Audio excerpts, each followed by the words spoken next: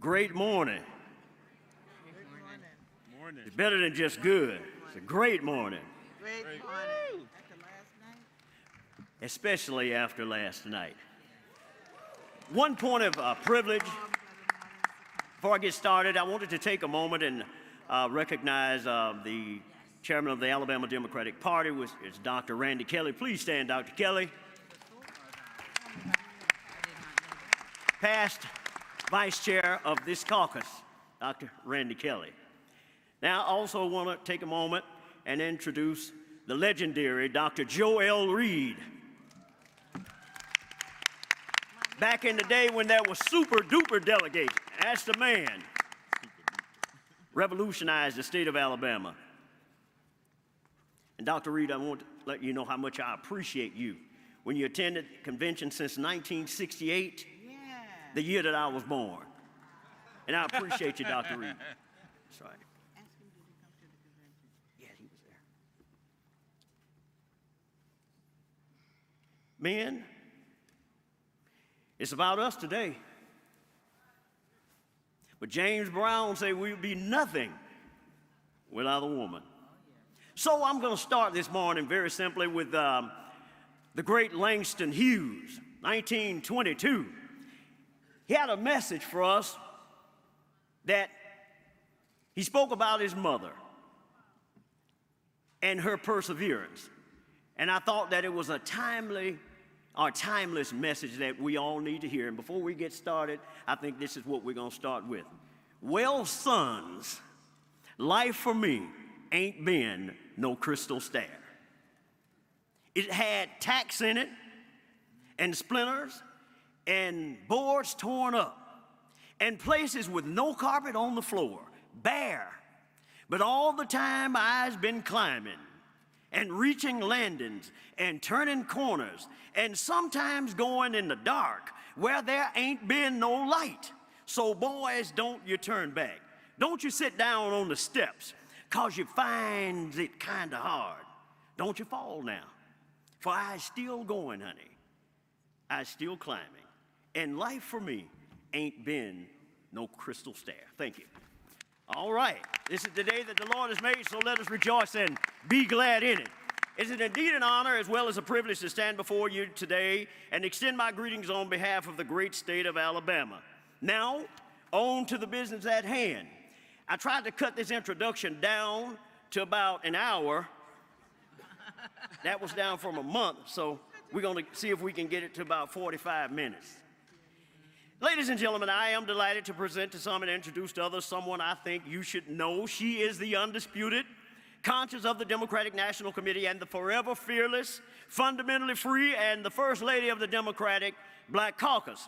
She stands as a true testament of the tenacious talents of black women in power, from the schoolhouse to the state house to the courthouse and even to the White House. One of those ones who believe in making a way out of no way. She stands among the giants in our modern day history, demanding a seat at the table in the tenor and the tone of those who can no longer speak for themselves, be it Tamir Rice, Sandra Bland, Breonna Taylor, or Sonia Massey. And in the same spirit of the late, great Sheila Jackson Lee, she has dedicated her life to serving the least of these in a time wherein compassion and compromise has taken a backseat to weird and worldly wickedness. But she understands the assignment, and she's mastered the art of being universal in her appeal, reasonable in her approach, far-reaching in her vision, practical in her application, and new and modern in her state's womanship. She's just one of those ones who believe that if you don't stand for something, you'll fall for anything. And when this nation kneeled on the brink of disaster and turned its back on our democracy and a woman's right to choose, our First Lady didn't just simply sit on the sidelines, but she crisscrossed the country and galvanized black leaders and educated voters. And when the dust was settled and the midterms were called, she won. Black women won. White women won. The Native Americans won. The United States Congress won. And thanks to Miss Virgie, we all won. She's a native of the great state of Michigan. Our First Lady is a world traveler and a Harlem Globetrotter. having led double diplomatic delegations to Taiwan, representing 2 American presidents, Bill Clinton and our dear brother Barack Hussein Obama. She has pre-clearance, yes, to fly aboard Air Force One, and she's been inside the White House more times than the Secret Service and the cleaning ladies. And did I fail to mention that it is a common commotion in her community to find presidents and presidential hopefuls congregating in her living room, not at the White House, but in her house. She's simply one of those ones, and someone I think you should know. She's listed among the greats on the roster of who's who, not just in America, but worldwide. She's the first African-American woman to serve as chairlady of the Michigan Democratic Women's Caucus, and she also received the Dr. M.L.K. Jr. Lifetime Achievement Award, the best in business, the brightest in business, and to further extend her legacy of leadership, on any given day, our children, grandchildren, and children, and grandchildren, and children to come can visit the Library of Congress and find her literary writings recorded in the annals of history as a national treasure for the ages. And yet, at the end of the day, her personal claim to fame is nothing greater than her fervent faith in God, 2 supportive sons, and 1 heroic husband. Ladies and gentlemen, it is my esteemed honor and my black job today. My black job. I's got a job. To present to you the one and only, the Renaissance woman, the real deal, the unbought and unbossed, the incomparable vintage chairlady of the Democratic National Committee's Black Caucus, the Honorable Virgie M. Rollins. Thank you. Miss Virgie. Miss Virgie. Miss Virgie. Thank you. Oh my God. Thank you so much, Mr. Vice Chair. I always think, you know what I say about him. I think he's just a real frustrated preacher. What you guys think, okay? Don't you think that? Thank you, guys. Welcome to our second, third, fourth event of the Black Caucus. Are we doing it, Black Caucus people? Oh my God, have we had, the DNC Black Caucus have been on this week, I tell you. Before I get into it, I'm gonna ask our Dr. Allison Stevens, our secretary from Nevada, if she come and do an opening prayer. I almost call Reverend Randy Kelly up here because he was my former vice chair, but our secretary, we might do that at the end and let you do the benediction, Reverend Kelly, okay? Thank you, Miss Virgie. Heavenly Father, we come to you today with a spirit of thanksgiving. We thank you first, Lord, for our wonderful chairwoman, Miss Virgie, who you gave the wisdom, foresight, and intellect to know that we as a group needed to start off this week with a word from you in a worship service, that you could give us the spiritual food that we needed to make it through, and also open our minds for the information that she would provide throughout the week. Lord, we also thank you for this wonderful gift that you had given us, the gift of blackness. For we know that when you made humanity in your image, it was in the cradle of our motherland, and that we reflect God in this world. We thank you for that gift, and we thank you for the reminder that we have heard throughout this week that faith without works is dead. But Lord, we know that you understand in our humanity, it is hard sometimes to work without hope. And so we thank you, Lord, for rising up and raising and bringing a queen in Kamala Harris to give us hope so that we can make it through this time, so that we do not have to wander around from this 11-day trip into a 40-year journey. And Lord Jesus, we thank you for your anointing. And so today, as your child, Allison, I come to you at your feet begging for your anointing on our heads and our hearts and our minds, so that we can continue to move forward and push forward. And Lord, I pray for your anointing on our tongues, because we know that the power of life and death lies there, Lord. And especially in this moment, we need to know what to say and who to say it to be able to make it through, because there's so many lies.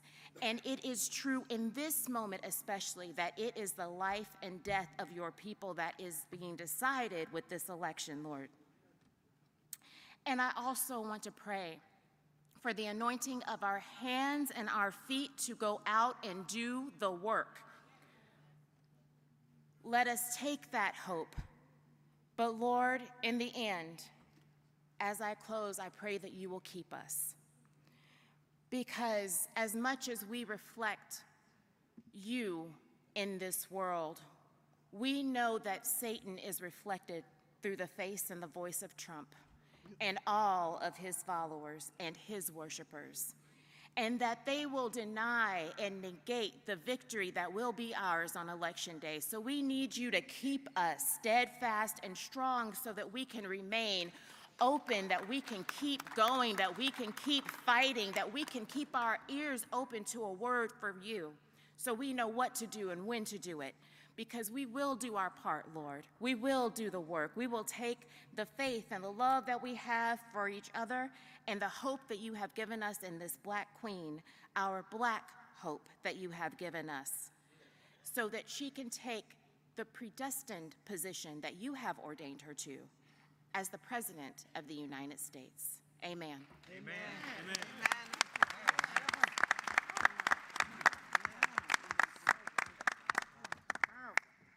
Powerful. Thank you, Allison, Dr. Stevens. Thank you so much. That was very powerful. I want to introduce my executive team, starting with Travis Nelson, State Representative Travis Nelson from Oregon, our Western Regional Director, who works very hard on the West Coast and have led a lot of our leadership team out there and organized.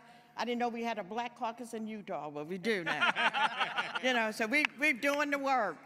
Our Midwest Regional Director, Mayor Mark Mallory from Cincinnati, Ohio. Stand up, Mark. The Midwest is the key for us to get this done, and we're going to work him to death. In October, we're going to do a lot of work in the Midwest. Our Southern Regional Director is Committeewoman Grace Carrington from Florida. The hardest working sister down in the Southern region, so we got to make sure we get North Carolina this time. Our Eastern region, out in Philadelphia, we go in Pennsylvania, we got to get it. So stand up, the Honorable Donna Christian from the Virgin Islands, Congresswoman Donna Christian. And of course, our secretary, who I depend on a lot, Dr. Allison Stevens from Nevada, and the incomparable Charlie Sten from Alabama. So this is my executive team, and they work hard. My other team, oh my God, my chairman is here. Come on together. I'm going to introduce, did you see him last night? Yeah. And has he led this convention? Yep. And has he led the DNC? Yep. Oh my God, the hardest working chairman. That I always say I stand on the shoulders of our first African-American chair, Ron Brown, who was my mentor, and Cedar Dolores Tucker, who chaired the DNC Black Caucus. Yep. But now we got Chairman Jamie Harrison. Introduce. Good morning, Black Caucus. Good morning, Black Caucus. Well, first and foremost, we need to give our flowers to our Madam Chair, Ms. Virgie Rollins, y'all. She has put together an agenda this week. I know you had the worship service, Ms. Virgie. I know you had the gala. I know you've had your meetings, and I'm just telling you, we are so grateful and thankful for you and your leadership and all that you do Folks, when you need something done, Ms. Virgie is the first person you need to call because she knows how to get it done. So thank you, Ms. Virgie. Thank you.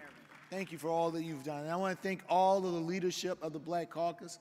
Thank you all for working so hard and so tirelessly. And I want to thank each and every one of you. Thank you, and I hope that you have been enjoying yourself at this 2024 Democratic National Convention. You can tell I've probably been enjoying myself too much because I don't have a voice now. And I got to save a little of it because I got to get back on the stage a little later on tonight. But, you know, I want to say two things, Ms. Virgie, really. I want to give Joe Biden his flowers. And on the other side of that coin, I want to talk about our MVP. So let me first start about giving Joe Biden his flowers. You know, I really do believe, my friends, and I want to thank you all for the celebration of our president on Monday. I mean, we knocked the roof off of the United Center. We told them that we loved him and that we supported him. And when I think about Joe Biden, I think this man will end up being one of the most transformational presidents and definitely the most transformational of my lifetime. Let's get the context of who this man is. Joe Biden was the able lieutenant to the first black person to be president of the United States. And he always had Barack Obama's back. Always supported him, never tried to undermine him. And fast forward, when he got the chance to have that baton, who did he choose to be his vice president? He chose a black woman to be his vice president. Could have chose anybody, but chose a black woman. And in that moment in which he said, you know what, I may be too tired, Ms. Virgie, to carry this baton over. And we got to win this race. We got to secure the freedoms and the rights of all Americans. In that moment in which he did that, there were some who were saying, let's do an open convention, let's do an open primary, let's do all this other stuff. But what did Joe Biden say? Because I have an able, capable, intelligent, I have an MVP on my team. And I'm going to give her the baton. And she's going to continue to run. And she's going to cross that finish line. She's going to lean into the tape in order to secure the freedoms and the rights of all Americans. This has been a president who said, I'm going to be the very first president to put a black woman on the United States Supreme Court. And he kept that promise. He nominated Ketanji Brown Jackson. And y'all remember those hearings? They called her everything but a child of God. But guess what they call her now? Madam Justice.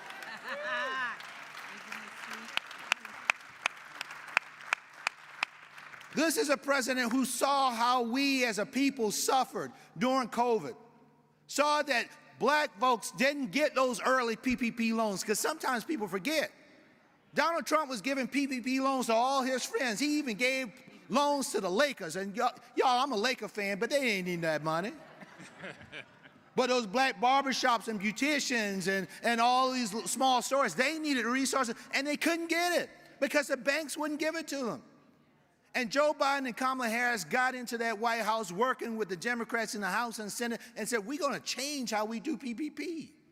We're going to make sure that we're not just giving the money to the big banks, but to the community banks, because that is where our businesses operate with.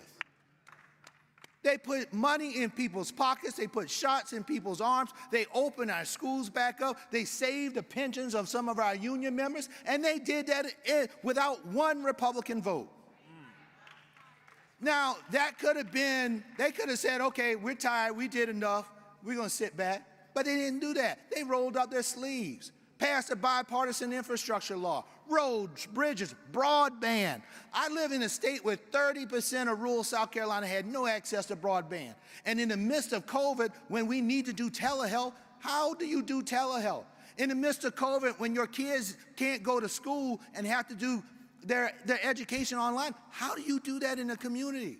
You know, we ask our kids, we want our kids to compete with the rest of the world. But hell, if they can't connect with the rest of the world, how can they compete? Woo! But our president and our vice president saw that and said, we're going to do something about it. Passed the largest bipartisan infrastructure bill since Dwight Eisenhower. Woo! Ripped out those, Miss Virgie, those lead pipes that many times are in our communities. This president, going back to the judiciary, has appointed more black women to the appellate court than all presidents combined.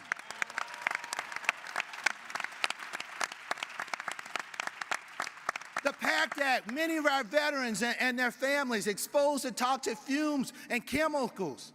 Many of them, soldiers on the ground, look like us. Come back home, suffering with PTSD, needing the resources. Ted Cruz fist bumping because they thought that they stopped the legislation, but we still got it done. That was because of Joe Biden and Kamala Harris. The Inflation Reduction Act, Ms. Virgie, fighting the climate crisis in this country, but most importantly, making sure with an eye to the environmental injustices that we find in our communities. And then that part about the health care of this country. Capping the costs of prescription drugs for our seniors at $2,000 a year. Bringing down the cost of insulin at $35 a month. And you all know in our community, you fit in one of three categories. You are diabetic, pre-diabetic, or you know somebody with diabetes. And so to go in and say, instead of paying $400 and $500 a month for insulin, you're going to pay $35 a month? Our president and our vice president did that. And the last thing I would say is we give Joe Biden his flowers. Because it wasn't only just legislatively, but it was also politically. I'm 48 years old. For all of my life, we have kicked off this presidential primary process in 2 states, Iowa and New Hampshire. And there's nothing wrong with Iowa and New Hampshire. I visit them. We got good Democrats that live there. But there aren't a whole lot of us that live in Iowa and New Hampshire.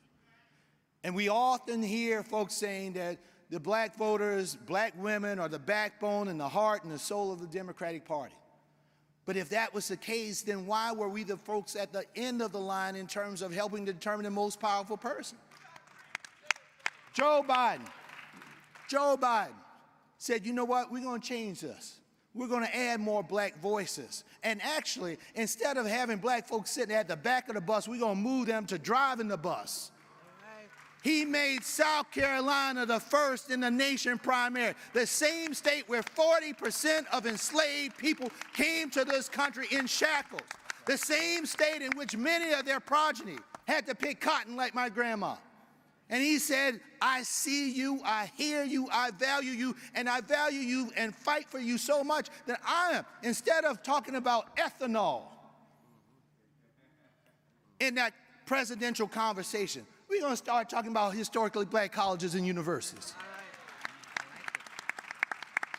We're going to start talking about the black infant mortality rate. We're going to start talking about how we help close the racial wealth gap. And this is a change not just for this election cycle. We will be able to do this cycle after cycle after cycle after cycle. That's a fundamental change, folks. And that is what we have gotten in this old white guy from Delaware, Joe Biden. And that's why I often tell people, I still ride with Biden. I will always ride with Biden because he always has ridden with us.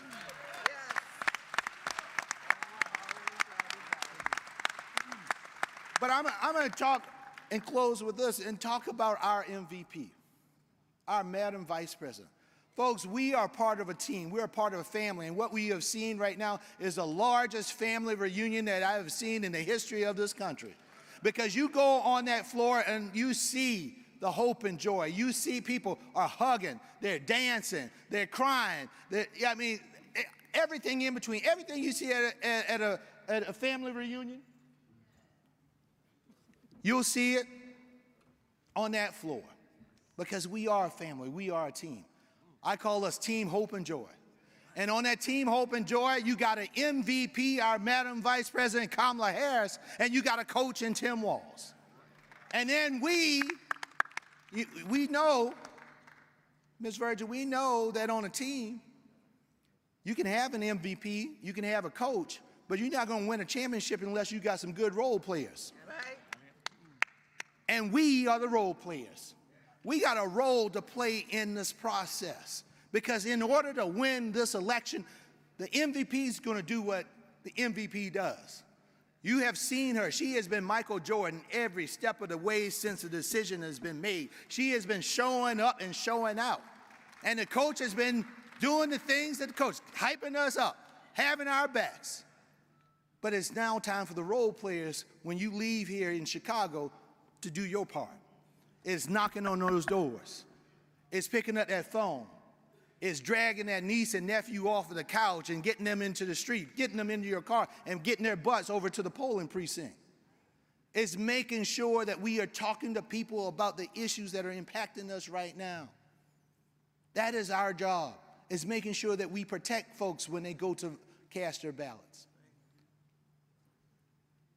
And my friends, when we do that, and I've told the VP, I said, Madam Vice President, with everything I got, with every breath in my body, with every little bit of blood that flows through my veins, I'm going to do everything I can to make sure you are the President of the United States. And I hope, my friends, that you have that same commitment. They, the other side, Donald Trump's party, is a party of fear. We, the Democratic Party, is a party of hope, because we know that they say, make America great again, saying that our past was when America was the greatest. But we know that America's greatness is in her future, not in her past. We are a land of possibilities where all of us, even a round-headed kid from Orangeburg, South Carolina, born to a teen mom, raised by grandparents with an 8th grade education, a 4th grade education, one who was a sharecropper who picked cotton, and the other and cleaned houses, and the other one who paved roads. Only in America does that happen. Only in America do you get a black man and a black woman to convene a convention where you nominate a black woman to be president of the United States. Only in America. And I'm going to close with this, my friends. I'm going to close with this, because we are a party of the future. We're not a party of the past. We're a party of the future. So I'm going to give you a little glimpse into the future. January 20th, 2025. All right. Washington, D.C. Cold, but a very clear day. All y'all wearing your nice stuff. We go to the U.S. Capitol. And on the steps of the Capitol, there's a black woman, a Delta, cloaked in black.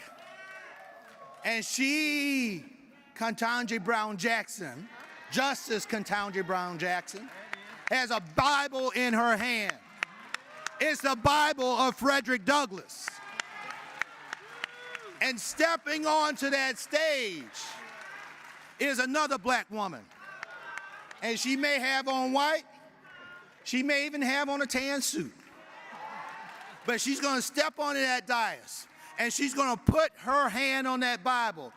This AKA, this graduate of Howard University, a historically black college and university, on the steps of a building built by the hands of slaves. This woman,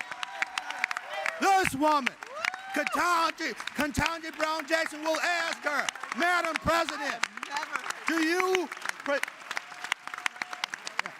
I'm about to do it. Madam President, do you swear to protect and defend the Constitution of these United States? And she says, yes, I do. And folks, you will make that future happen this November. Let's go, because when we fight, let's win this.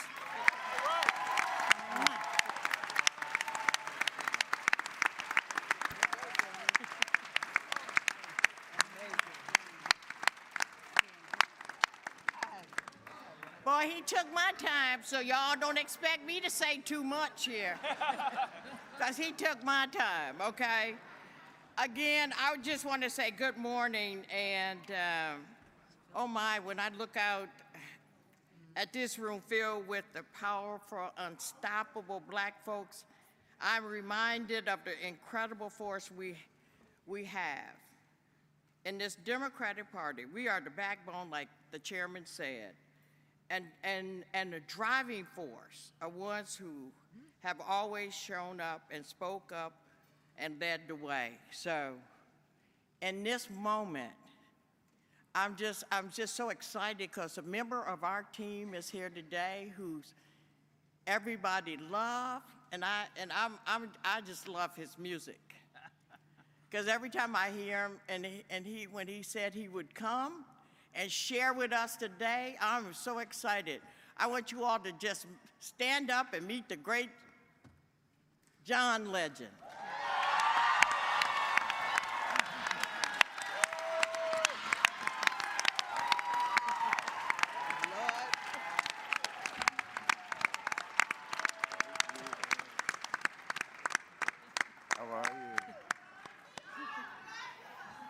How's everybody? Good morning. Good morning. I was singing about 1:30, 2 in the morning last night. But I'm awake, I'm fired up and ready to go. And I'm so happy to see everybody here this morning. I'm so thrilled by what our chairman, Brother Harrison, just did on this stage, giving us the vision of what we're going to see on January 20th, 2025. I'm so that's our project 2025. We're going to make sure we're going to make sure we see history on the steps of the Capitol on January 20th. I'm so excited to do it. It's an honor to be here with all of you, honored to be here with the Black Caucus of the DNC. We know this is a pivotal moment for our country, for our party, and we know that Black folks are the backbone of the DNC. We know that all the work we put in, all the organizing we do is so pivotal for what we want to accomplish for this country. I'm so excited that we're here together to prepare ourselves, inspire ourselves to get out there and do the work that we need to do. Is that right? That's right. I want to start by thanking everybody, each of you, for all the work you do day in and day out to champion the rights and the dignity of Black people.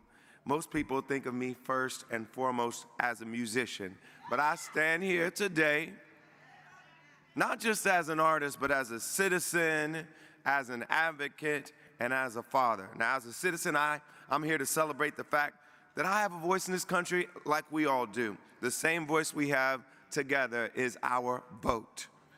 And I'm here because as citizens, it's our duty to not just vote, but to protect our democratic principles when they are under attack by the forces who want to take our voice away. They'd rather have a king, they'd rather have a dictator, but we want the voices of the people to be heard because we know when they're heard, the government is accountable to the people and does the right things for the people. And that's where the advocate side takes over. Having a voice and a platform, having the opportunity to reach millions of people, it requires me, it's a responsibility for me to use that platform to try to make change that's going to make our country better and stronger. And over the past decade, I started an organization called Free America. And we've dedicated ourselves to listening and learning what was going on in our country, and then taking the feedback we've been getting from the community and advocating for change all across the country, whether it's locally in state government and with our national government too. And our efforts have centered on crucial issues like extending voting rights, advancing affordable housing, supporting pretrial freedom, pretrial reform, all aimed at building a fairer and more inclusive society. And more than anything else, like I said, today I'm also here as a father, and it's the most important role I play, and it's how I remember what we're fighting for. A world where our children have safety and security, a clean, livable environment, a just economy, an equitable justice system, and where they are free to use their own voices as citizens and advocates, free to make their own healthcare choices, reproductive choices. That's the kind of country we want to see together for our children, and that's what we are fighting for. And on my way to Chicago earlier this week, I was reflecting on how what I think of as my journey was never actually mine alone. How much my path to this point, our path to this point, has been paved not only by the civil rights leaders who courageously marched and the community organizers who rallied for justice, but also by those in office who have tirelessly fought for policy and change. Leaders like Shirley Chisholm, whose unwavering dedication to reform and equality laid foundational changes in our political landscape, and the late, great John Lewis, whose lifelong commitment to civil rights and voting rights continues to inspire us all. I got to sing our song Glory last night at the concert, and my friend Carmen and I wrote that song because we saw the work of Ava DuVernay in capturing the story of Dr. King and John Lewis and everybody who marched with them for us to have voting rights. And we wrote that song not only inspired by them, but inspired by folks in the streets marching in our current day, speaking up for Black Lives Matter, speaking up for justice in our system. We wrote that song inspired by them, and then in turn they march with our song, and we're inspired every day when we see people march with our song. And it's in the spirit of that song, with those powerful winds at our back, that we come together this morning as part of a movement for change. One of the most important books I've read in the past few years is by my friend Heather McGhee. It's called The Sum of Us. In it, Heather lays out exactly how much the zero-sum game has cost us. It challenges the notion that for one to gain, another has to lose. It's an idea that has poisoned our policies and hindered our progress. She talks about the public pool, how when Black people were allowed to swim in the public pool, instead of integrating the pool, they rather shut it down so nobody had a pool. So everybody lost because people were worried that us being included was going to cost them something. And America's story has always been marred by efforts to exclude, to dominate, to subjugate, to keep certain groups of people with no voice, no power, no opportunity. Workers, women, indigenous people, Black people, immigrants, the LGBTQ community, all because of a fear that if those people did better, people at the top would lose out. But the miracle of our story is that as we expanded opportunity, in our best moments, we proved that those fears were unfounded. When more people made more money, rich business owners didn't suffer. They got more customers. Prosperity increased for everybody. When people who'd been excluded finally got their voices heard, it didn't mean anybody else had to sit down and shut up. Our national conversations got better, fuller, truer, smarter, and so did our public policies. Our nation is at its best when we realize that when we all do better, we all do better. Yeah.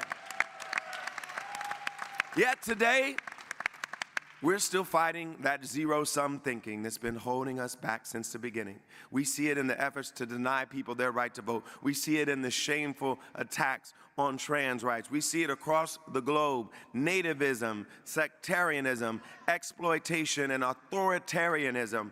are gaining ground. And we see it in the efforts to hoard economic opportunity too. Today, the 26 wealthiest people on the planet own as much as the 3.5 billion poorest.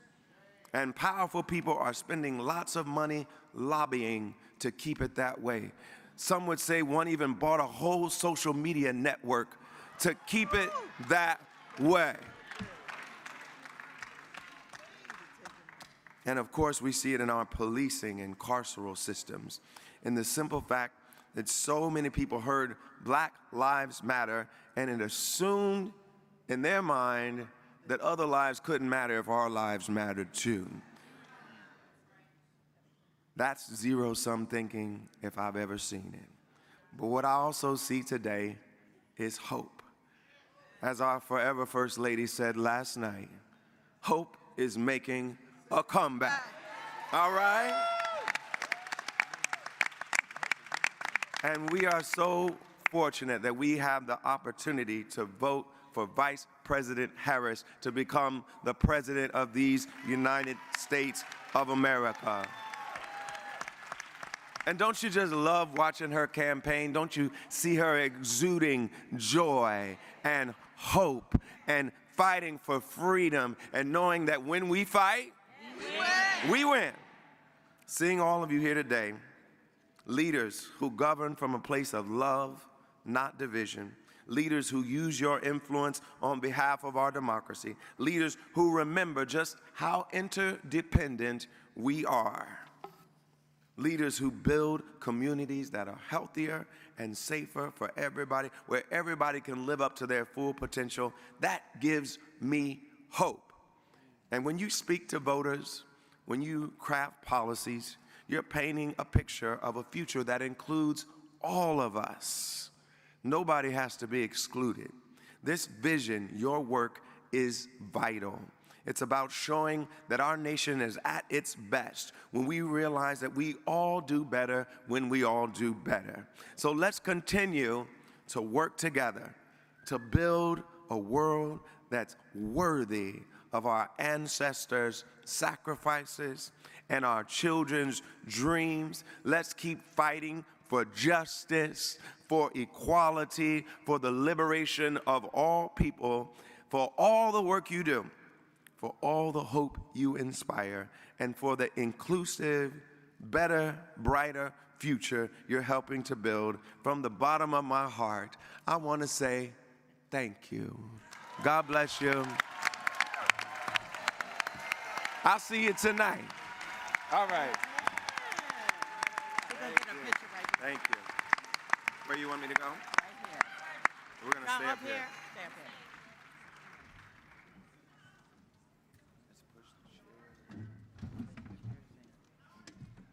Come in the middle. Come in the middle.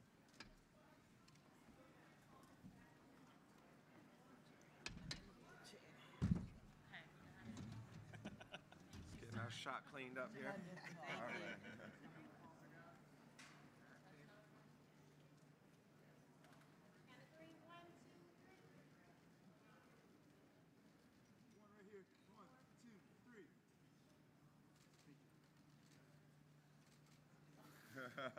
Thank you, everybody. Thank you.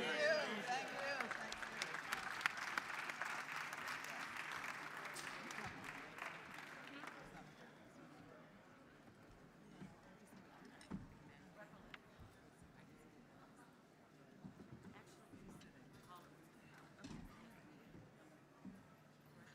I got them half on anyway. I think I'm gonna put my slippers on. Okay. At least not that I know. Okay, we're gonna keep this show moving. Yes. So I am, on Monday, our theme is our values, our voice, our vote. And so we focus on our values, our voice, our vote. And Sunday night was our spiritual, we very ethnic. We start with church because that's where it all started in the beginning. And that's what gives us covering when we do things like this because, it's tough because this job ain't easy, because we do the work. We make sure it happened, but somebody else take the credit for it. And so this time, we're going to do the work. We're going to get out there and work our tails off. And guess what? We're going to take the credit. So I am excited again because in the House is the first black lieutenant governor in the state of Michigan. And you know why? I'm from Michigan, y'all. And he my lieutenant governor, and I think I got the first black speaker in the House somewhere from Michigan.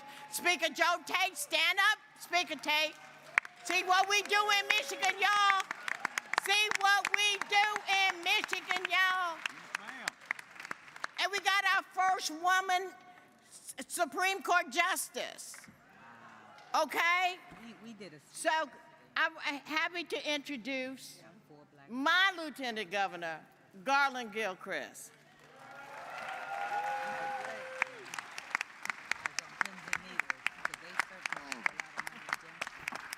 All right, what's up, Black Caucus? What up, though? We say Detroit. Y'all all got people in Detroit. Y'all know what that means.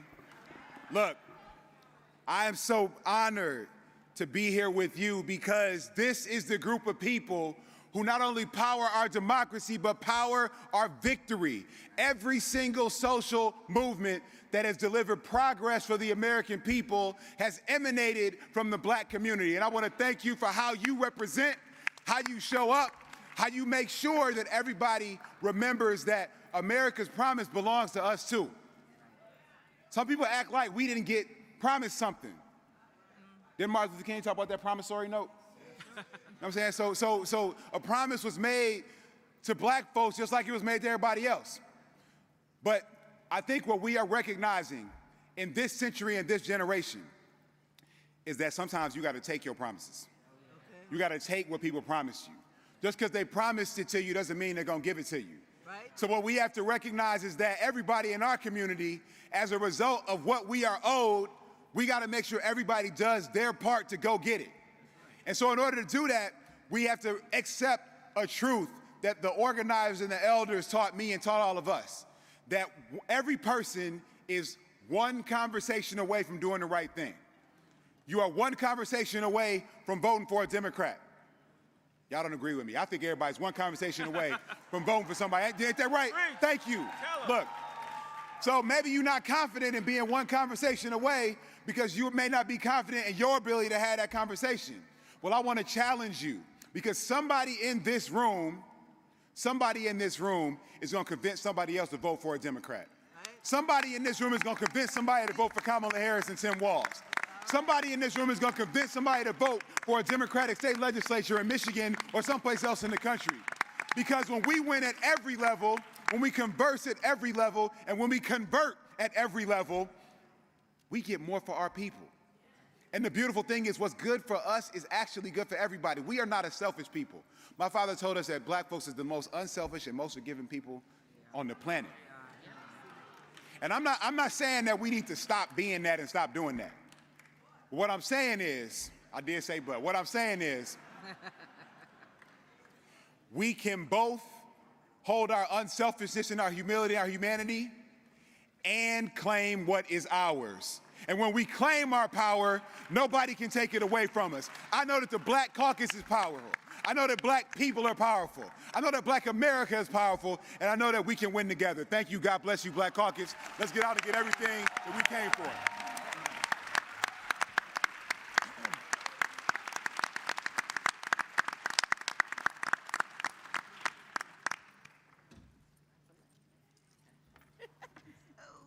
Okay, so our next great speaker is Dr. Lamont Ruppele, right? The president of Kane University. Come on up.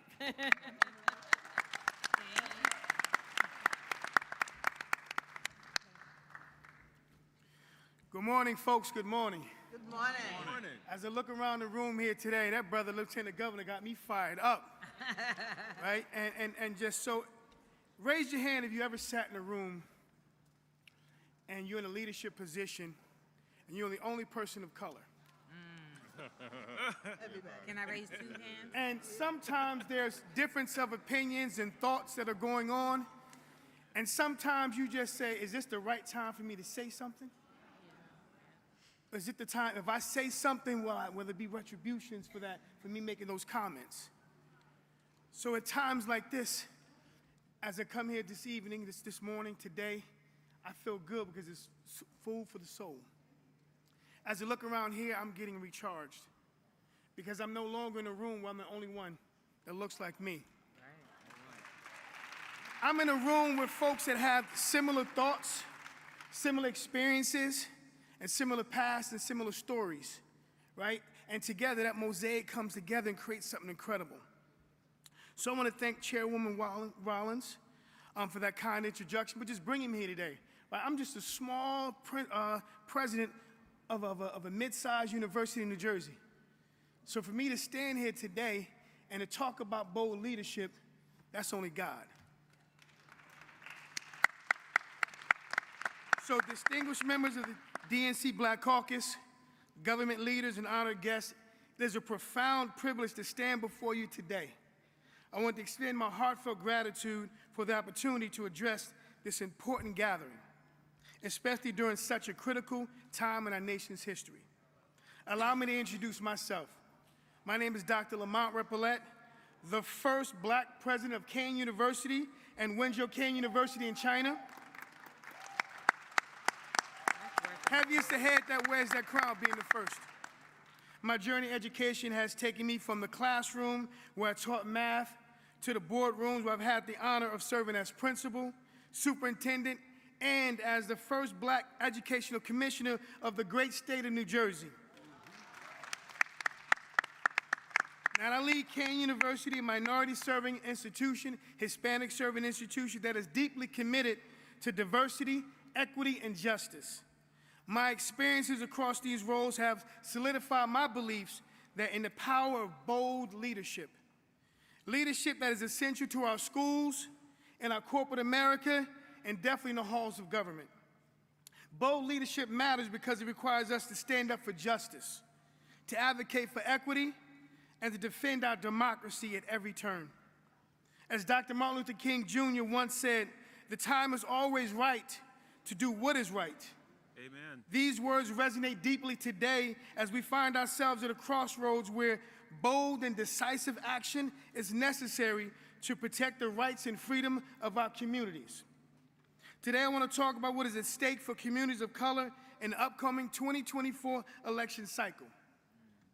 We are at a pivotal moment in history, in our nation's history, that demands bold, courageous leadership.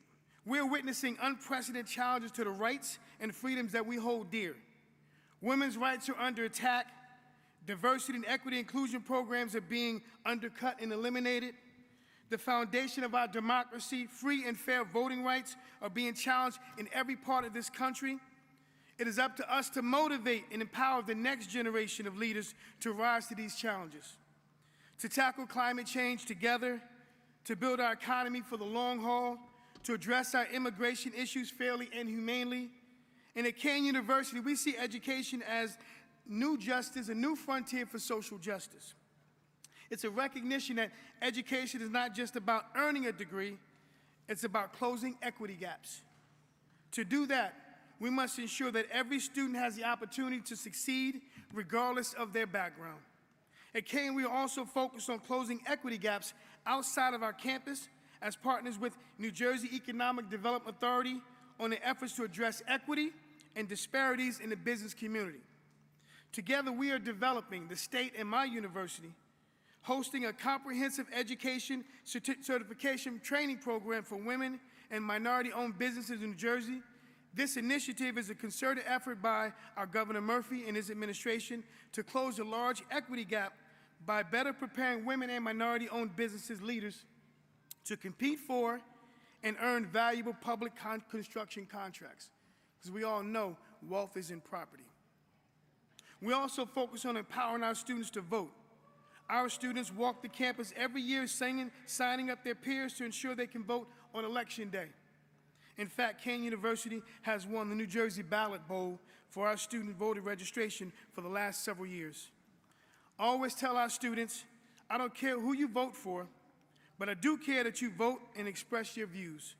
I'm calling on each and every one of them to vote in this pivotal election. It is our moral obligation to ensure that everyone in our community can express themselves without fear of retribution. Last spring, we witnessed protests erupting all on college campuses across this country as students, faculty, and staff grappled with the complex and deeply emotional issues surrounding the Israel-Palestinian conflict. These demonstrations were a powerful reminder of the passion and conviction of our young people that bring to the critical issues of our time. However, they also highlighted the challenges that arise when managing such intense and often divisive expressions of freedom of speech. On some campuses, these protests unfortunately escalated into unsafe situations where voices were not just silenced, but they were physically hurt. On other campuses, we saw leaders who managed these challenges with a steady hand, ensuring that all voices are heard. The difference in outcomes was stark, underscoring the crucial role that leadership plays in navigating these difficult moments. At Kean University, we're committed to fostering an environment where difficult conversations can take place, where disagreements do not lead to disrespect, and where every member of our community feels safe to express their views. Early this week, I had the privilege of speaking with the members of the American Federation of Teachers, where we discussed the collaboration of respect. These principles are essential, not just within the classroom, but also in our civic engagement. Kean University is New Jersey's only urban research university. In addition to being a minority-serving institution, these distinctions are not just titles, they're integral to our identity. They guide our missions to address issues that directly impact our urban communities and ensure that we're providing opportunities for all students, especially those from historically underrepresented groups. But today, I also speak to you as a father. I'm the proud father of 2 young women who are currently college students.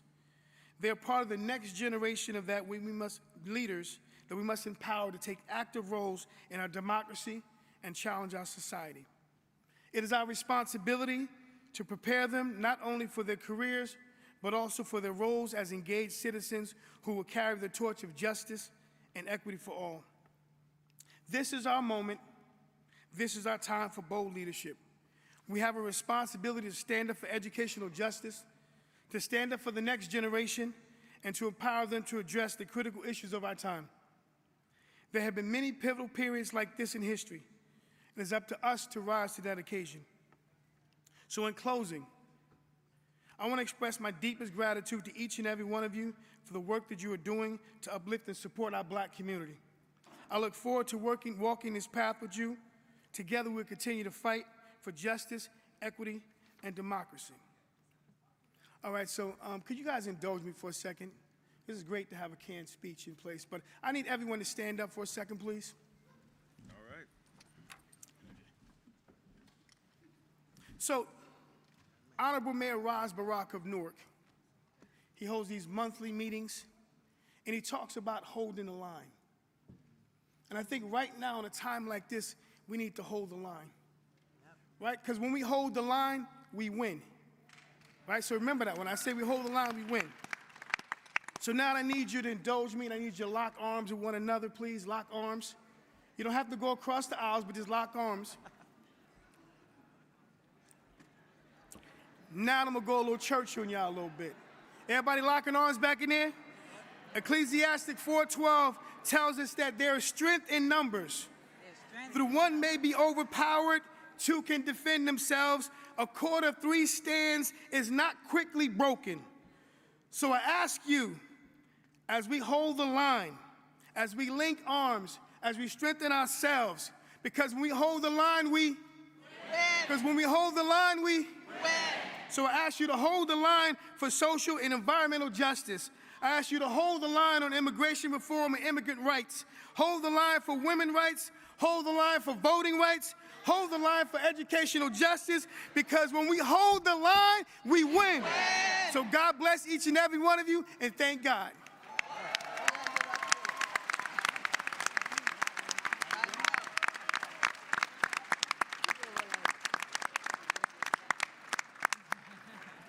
Thank you so much, Doc. Thank you so much. You were very inspiring. Thank you. Hey, are we getting educated today? Yes. We got blessed and motivated on Sunday. Monday, we were educated again. But Monday night, what did we do? We had a good time at the DuSable Museum. We partied. Yeah. So today we're gonna get educated again. So you know those books that you have on your seat? That nice Essence magazine? Isn't it wonderful? Did you see who's on the cover of it? Isn't it beautiful? Oh. Madam President is on the cover. Isn't that wonderful? Oh my. We're so happy again to have in our midst and a part of our team the great Essence CEO, Caroline Wanga, and the CEO of the Global Black Forum, Alfonso David. Can you come? Can we welcome them? Let's welcome them. Oh my God, she's so pretty. Hi, how are you? Good to see you. Beautiful. Good morning, everyone. As you heard, my name is Alfonso David. I am the president and the CEO of the Global Black Economic Forum. I'm joined this morning by my sister, Caroline Wanga, who is the CEO and president of Essence Ventures. So those are our official names and our official titles. But we also go by pseudonyms. I'm Justice, and she's Joy. Justice, Joy. Justice, joy. Now, in your seats this morning, you got a little joy, hopefully. All of you should have gotten a magazine with someone really special on that magazine cover. She's going to talk about that. But before we get there, I just want to spend a few minutes talking about justice. We know how important it is that we elect someone who is going to protect the interests of people of color and marginalized communities. We know that. This election is about fighting for the future of our nation. And as we think about what we have to do in this election, we are trying to do our part. The Global Black Economic Forum, Essence, Refinery 29, BeautyCon, Girls United, Afropunk, all of the companies that are a part of the Sundial group of companies. If you haven't heard of them, look up the Sundial group of companies. We've gotten together to create an initiative. It's called Paint the Polls. Paint the Polls. And we want to paint the polls black. Right? So how do we do that? We want to make sure we educate our community about the issues. All of us don't have time to sort of go through the policy books.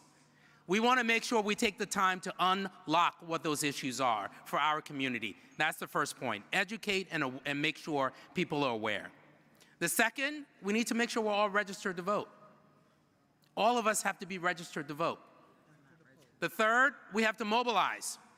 And when we say mobilize, that means, yes, you're registered to vote, but you have to show up to vote. And you have to make sure every other person you know shows up to vote. And then finally, we want to make sure you're protected when you show up to vote. Right? When you show up to vote, we want to make sure that they're not asking you for another form of ID, but not someone else.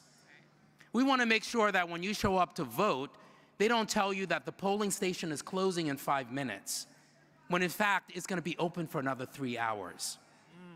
So when those things happen, you know who to call. So it's educate, it's register, mobilize, and protect. It's called Paint the Polls. We've already held our first event virtually. More than 200,000 people participated. 200,000 people participated in our first event. We're hosting another 10 events before November. We want you to join us. Go to paintthepollsblack.com, go to essence.com, go to Global Black Economic Forum. You can get all of this information online. We need to make sure we do this together. And that is a part of our journey to getting to that place that we call liberation. So that's what I want to give you as a message today about justice. And now I want to turn it over to my partner who's going to talk about joy. Hey, y'all look great. Caroline Wanga, I am the president and CEO of Essence Ventures and the other half of the Joy and Justice Tour. Thank you for the opportunity to be with you today. I think most of you know that Essence Magazine in particular is a cultural artifact this community has owned for almost over 50 years. And we fully intend to keep it for another 50. It ain't going nowhere. But here's why that matters. Here's why that matters. Essence has been around for 50 years. From its founding to now, it has continued to be the place where Black women look for the inspiration, the encouragement, and the information about how we need to exist in the world. The most beautiful story I can tell you in the time that I have to be the steward of this cultural artifact is Essence did its job really, really well, which now means that Black women are the CEOs of home, the CEOs of culture, and the CEOs of community. Not Black home, Black culture, and Black communities. They are the CEOs of home, culture, and community. Why does that matter?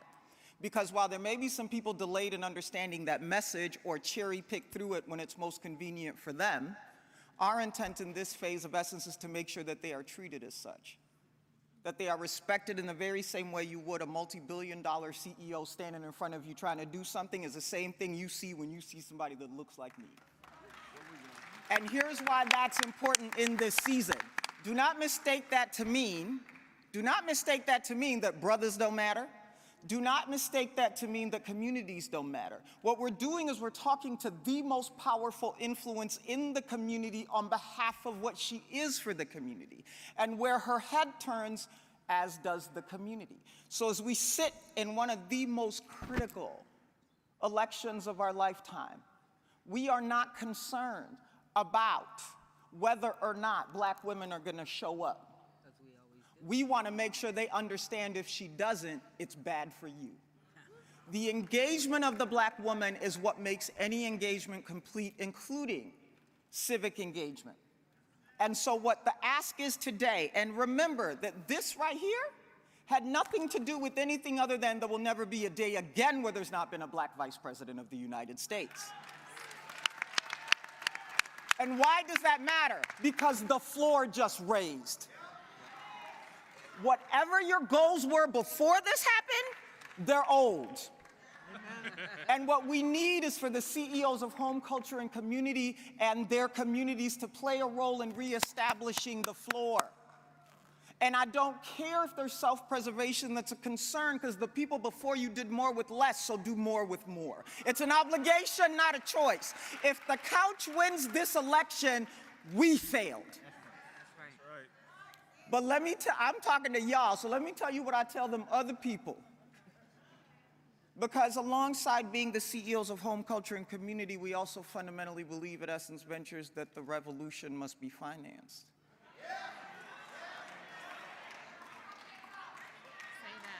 And if I put 3 dots, after that I would put at full value.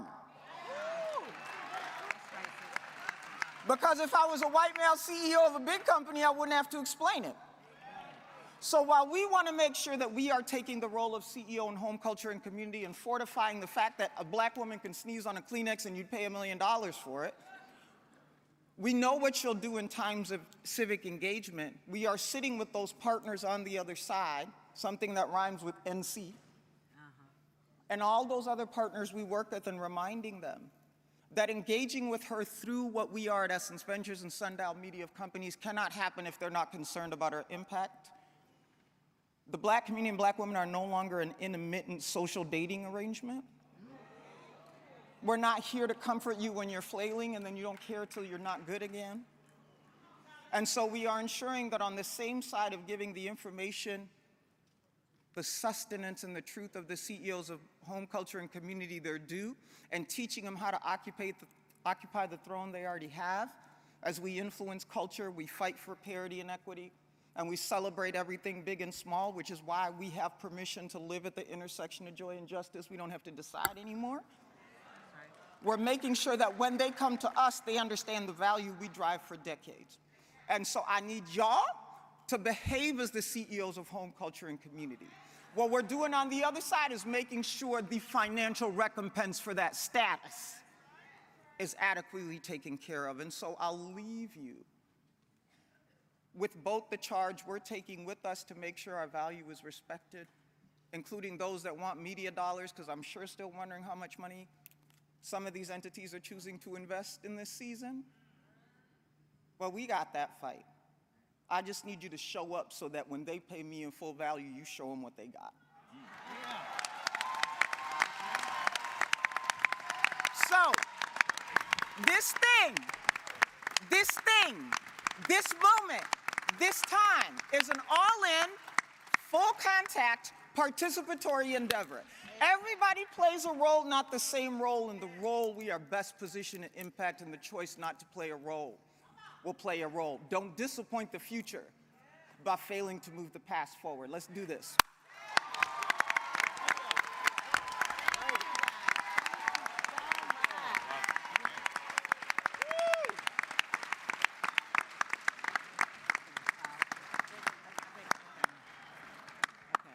Come on, the panel's getting ready. While I'm panel, you don't want to miss nothing, so you can't leave because you're going to miss the best, a lot of the good stuff. All right. So while our panel is coming, I want to recognize a couple people. We'll call them. Will you stand up for Mississippi, who helped me put all of this, co-chair these events that, you know, if we couldn't have done it without you, buddy. Okay? And I thought I saw the great Lorraine Miller. Is she in the house, one of my mentors? Yeah. Will you stand up, Lorraine Miller? You guys got to meet Lorraine Miller. Lorraine Miller was the first black clerk of the Capitol, and she's a member of the caucus. Thank you, love you so much. She was the first clerk of the congressional. Black woman for Nancy Pelosi and a whole bunch of other folk. A whole bunch of other folks. She sat there. And let me introduce our panel. On Monday, we had the seat at the table, and we had some great speakers telling our truth. I mean, it was on, y'all. If y'all missed it, who all was here? Wasn't it on Monday? Was it powerful on Monday? Hey, wait till you hear what we got today. Okay, we got Chop It Up today, y'all. So in the Black Caucus, we have seat at the table, that's women, and Chop It Up is the guys, okay? And we got the great Reverend Mark is facilitating today. Y'all see him on TV, y'all see him on the radio.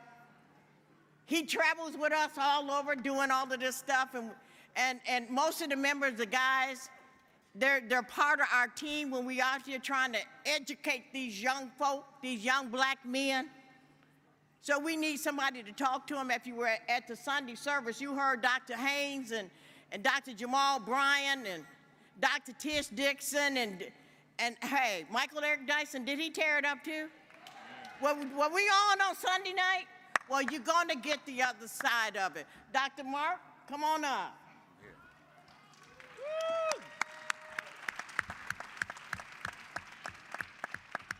DNC Black Caucus, good morning. Good morning.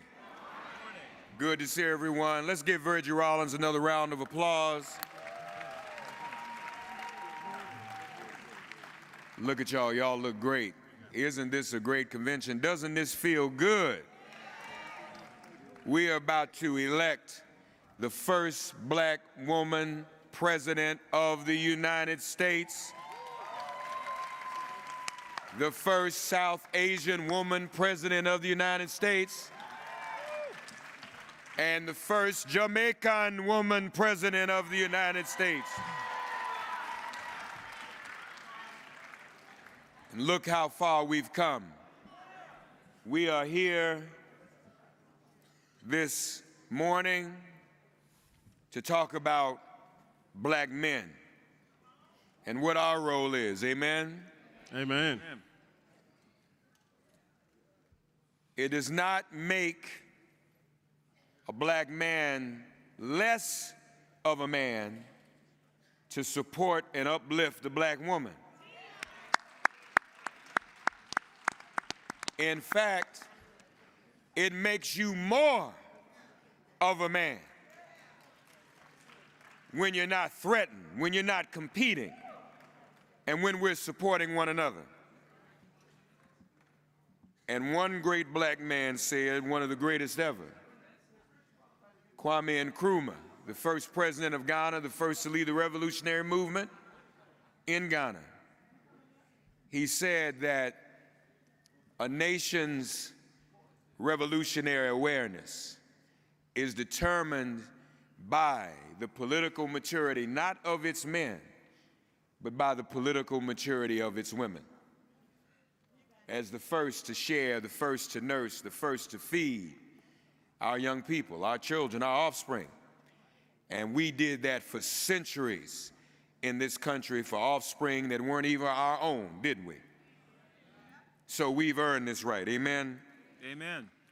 We have a dynamic panel here to have this discussion. I thought they told me you would join us, brother.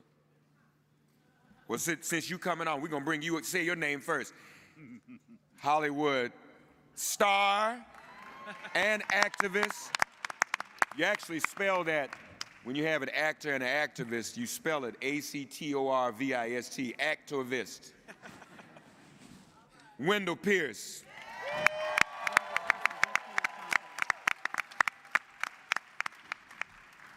And yeah, I thought other folks supposed to be up here. I'm looking for it because my man came in. Well, he's not. I'm about to bring him up right now.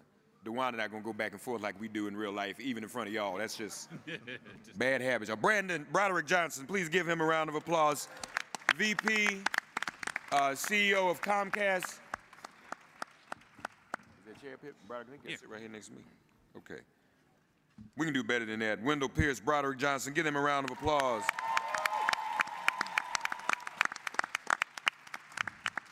We want to recognize Travis Nelson, who's also here on the panel, state representative from Oregon.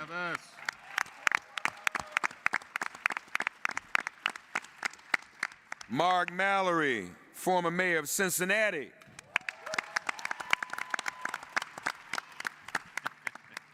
Dominic Whitehead, political director for the NAACP.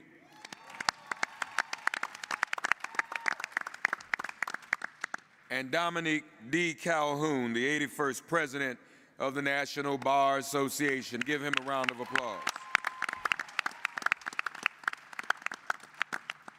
So we want to get into this, and you brothers have a moment. This is a 20-minute panel. I don't know, DeWan, why you make my panel 20 minutes? I'm supposed to. Get to it. This is a heavy conversation. Straight into it. Let's just get right into it. 5 minutes? I got 5-minute panel? To do all this? Are you serious? Let's just. Oh, you messing with me. That's Virgie. Y'all see how folk bring me up and then carry on and try to make me look crazy in front of a whole group of people? No, that's not. But those again, uplift the black woman. Even when she messing with you, we love them. We love them. All right. So, brothers, quick comments, 2 minutes or less, please. And feel free to share a little bit about what your work is, especially when it comes to black men staying and being woke, and what you think are the challenges, if any. Because let's face it, we had, 44,000 black men on the call after the Win with Black Women call, raised a bunch of money, but we know we are the most targeted, we are the most targeted on social media for disinformation and misinformation. A lot of confusion. And there's a thing going on deliberately to pit black men against black women and vice versa. That's being, you see that? So we got to combat that. So we'll start to my immediate left and go down the line. What are some of the things that each of you are doing to inform and educate and organize and mobilize black men, and what are some of the challenges that you think we need to all work together to overcome? Especially, we got 70 days to act right, y'all. That's right. Now, after 7 days, we can go back there and crazy. Right? I tell people during Kwanzaa, for 7 days we're going to be conscious, then we can go back to self-hatred. But for 7 days, for 70 days, I hope not. I hope not. But for those who got to, just wait 70 days to go back. Please, be good. Broderick Johnson. Hey, Mark, it's great to be here with you, brother. I've known this brother for decades and decades, and it's couldn't really be that many because I'm okay. Gen Z. 1 decade. I know. I've known his brother since 2010, plus 30 more years. Okay, so my name is Broderick Johnson, and I hail from the great city of Baltimore, Maryland. Baltimore's in the house. Madam Chair, also attended law school at the University of Michigan, so all these great leaders from the University of Michigan, go blue, exactly. I've had a distinguished career, and I'm not retired yet. I got a lot more to do. I am an executive vice president at Comcast. I lead all of our digital equity work. I have had the distinction, though, of working for 2 presidents of the United States, President Bill Clinton and President Barack Obama. And with President Obama, I actually was the first chair of his My Brother's Keeper initiative. That's right. Right, which is still part of the Obama Foundation, is very directed at uplifting the lives of boys and young men of color all across this country. During the time I worked for these 2 presidents, though, we talked, and we continue to talk about closing the digital divide and how the digital divide is such a challenge for our communities especially, and it continues to be one as well. And so when you think about black men, and I hear black men complain that this administration has not done anything for them, for our communities, one of the things I think we need to emphasize, and this was mentioned by the chair, by Chair Jamie Harrison, is this administration, the Biden-Harris administration, has invested tens of billions of dollars to close the digital divide. Tens of billions of dollars to close the digital divide. And we need to make sure, though, that brothers understand why that is important, because a lot of folks don't understand the relevance in their lives of being able to use the internet. Education. We certainly saw during the pandemic how important it was that our children had access and were using the internet to close the homework gap. Telehealth. Think of all the folks who couldn't make doctor's appointments. Remember COVID and trying to get an appointment to get a shot? If you weren't online and you were just trying to make phone calls, it was virtually impossible and tragic in many cases. Job skills training, also important. The thing I also want to mention is joy. You know, we're in a time where we are acknowledging a great deal about joy and hope. Being on the internet, being online. Think about the Olympics. If you were streaming the Olympics, all the joy you got watching Simone Biles win gold medals, for example, or the sprinters. So joy is an extremely part of why people should be on the internet as well. So it's not just about all of the essential things, but it's also the things that make us all happy. We need to make sure that brothers understand that this administration has done an awful lot in an unprecedented way to help close the digital divide, and they need to participate in it. All right. Thank you, Mark. Thank you, Broderick. Appreciate you. 2 minutes, brothers, quickly, please, because with that we can do some back and forth, since I only got 5 minutes. 5 minutes. If I only have 2 minutes, I just want to do a couple of things.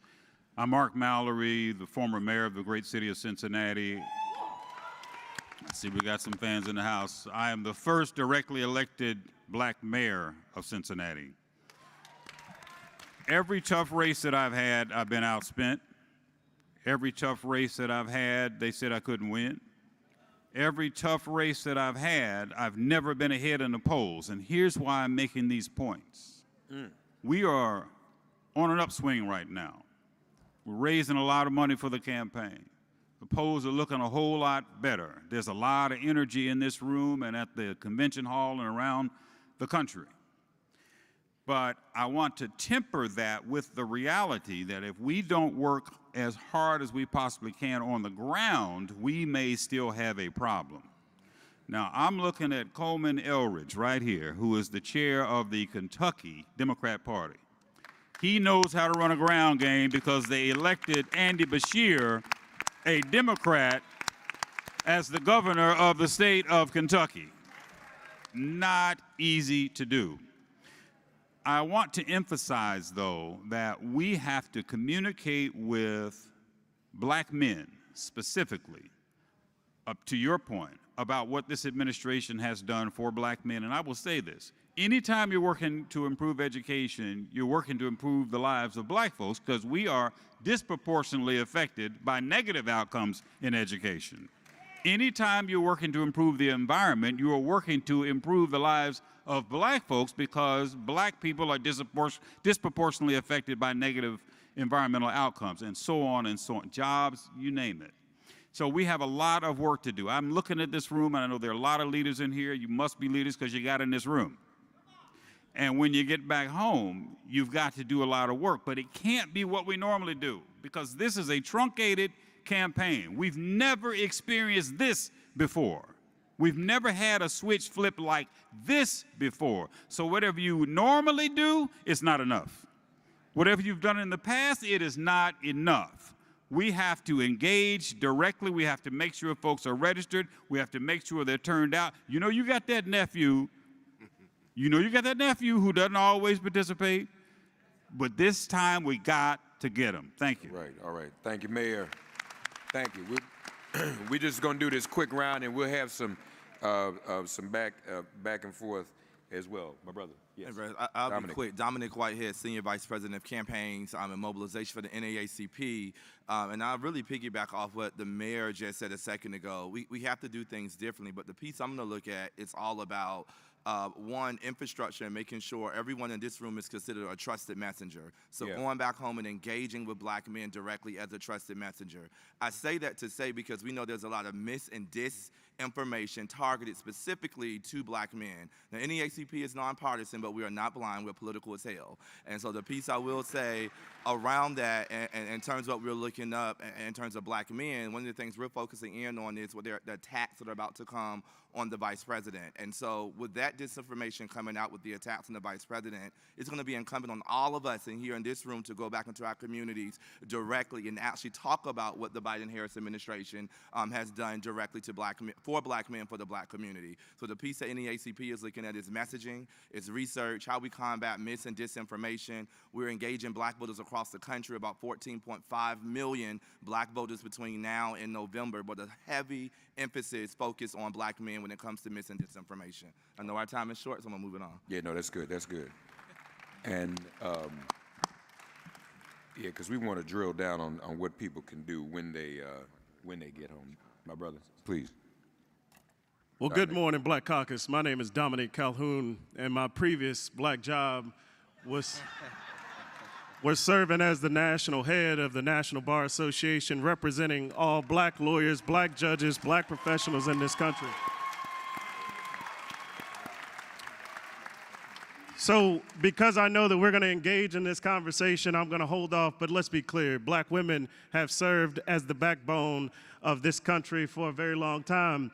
Black men have walked around with their heads bloodied but unbowed. And the problem is, as we just recognized here a few moments ago, when we stand shoulder to shoulder, arm to arm, locked together, we can do amazing things. And so what I know, it's already been mentioned, the information, the misinformation that's been given to black men is the problem. I was in the barbershop, and there was a conversation about what she did, what our vice president did when she was the DA, and how she locked up a whole bunch of black men and gave them all these felonies. This narrative is out there. We have to be the ones to make sure that we correct it. We have to be the ones to make sure that we are setting the record straight for our black men and for this country. And so I stand here today as a black lawyer, making sure that we protect the right to vote and mobilize our people. That's why I'm here. Thank you for allowing me to join you. All right, we're going to get into it. Thank you. My name is Wendell Pierce. I'm an actor.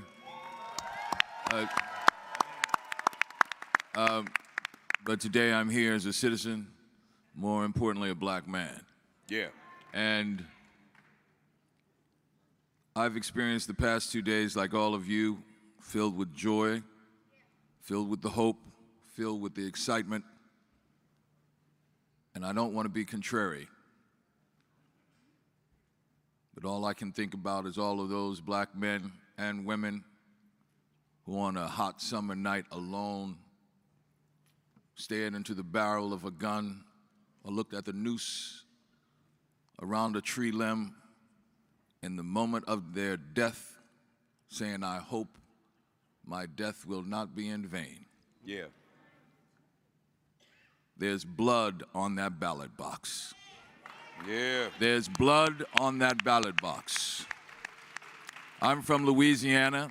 I think of the Mechanics Institution, where 38 people, black people, were killed because they gathered, like us, in a convention hall to discuss their next political ventures. I think of the men and women and the black families of Thibodaux, Louisiana, who were massacred because a labor union came together and said, black and white, we will join forces. Tens of thousands of people to put together a labor union for sugarcane workers. And the result was white militias going into the black community and killing hundreds.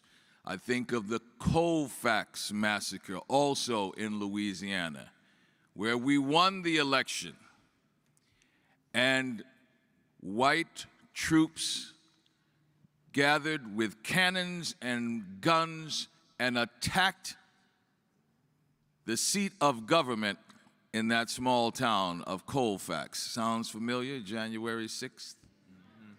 And killed hundreds.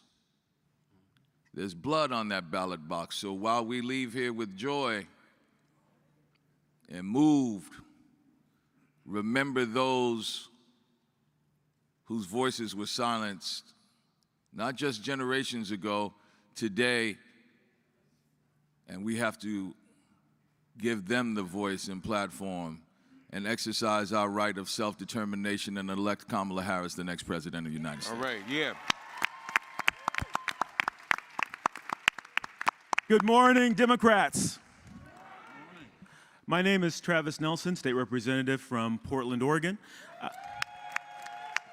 My district is much of North and Northeast Portland, and I am the first openly LGBTQ plus black person to ever serve in our legislature. And I'm also the only black man serving in our House of Representatives, one of two black people. For those of you who don't know, Oregon came into the Union in 1859, neither a slave state or a free state, but as a black exclusion state. It's only been about 100 years since black people have been allowed to live freely in Oregon. So needless to say, much of my work involves making Oregon a state where all are welcome and are able to thrive. When I hear black men saying they're thinking about voting for Trump, the thing I have come to point out is, as black people, all of our rights that we have in this country were codified by the courts and by the Supreme Court. And in Donald Trump, we have a president who appointed 3 Supreme Court justices who have proven themselves to be anti-black, who have assaulted voting rights, who have dismantled affirmative action, and who have an all lives matter mentality when it comes to the law. Whereas in Joe Biden, we have a man who appointed the first black woman to the Supreme Court. Only the 3rd black Supreme Court justice in the history of our country. And Ketanji Brown Jackson has been an advocate for civil rights, and she has been a stalwart for equality. So when you're having those conversations, remind people that if it weren't for the Supreme Court, we wouldn't have had Brown versus the Board of Education. We wouldn't have had Loving versus Virginia. So I know I'm limited to 2 minutes, so I'm gonna pass the mic. But it's wonderful to see you all here. And like Michelle Obama said last night, when we leave here, it's important that we all go and do something. All right. I think it would be a worthwhile exercise to do a couple things. There are some myths that are perpetrated about Madam Vice President. One, I want to address some of those. And then two, specifically, Dominic, we want people to leave here with some tools to go and organize in their local areas and engage black men. And we'll close out on that. But and y'all might want to write some of this down. So let's deal with some of these myths. I'm going to throw out a myth. Any one of you who wants to answer it can address it, because this is what we're met with when we engage black men. And Brother Pierce is probably directed at you. He gave us that history. Now we know that there's a holistic assault on us by white supremacy, in the sense they're even trying to control. Moms for Liberty doesn't want us to know our history. And we are deliberately kept from knowing the history that Wendell Pierce just shared. And then the algorithms on social media prevent that history from getting the views, right? So, Brother Pierce, you said all that to me. I'm a young brother, and I've encountered this. Man, that don't mean nothing to me. That's in the past. All that history don't mean nothing to me. Trump gave me a stimmy. So I mean, this is real talk, because this is what you're gonna get met with. And I'm gonna tell y'all, let me just be real with you. We talking about black men. I was in the post office the other day, and a sister under 30 told me she wasn't gonna vote for Kamala because, and I don't mean to be offensive to anybody, said because she said, this was on social media, because she slept her way to the top. Now I'm moderating this, and I'm a communicator in media for a living. Broderick, I froze. Yeah. I was in such shock to hear that from a young woman. I wasn't prepared to respond, y'all.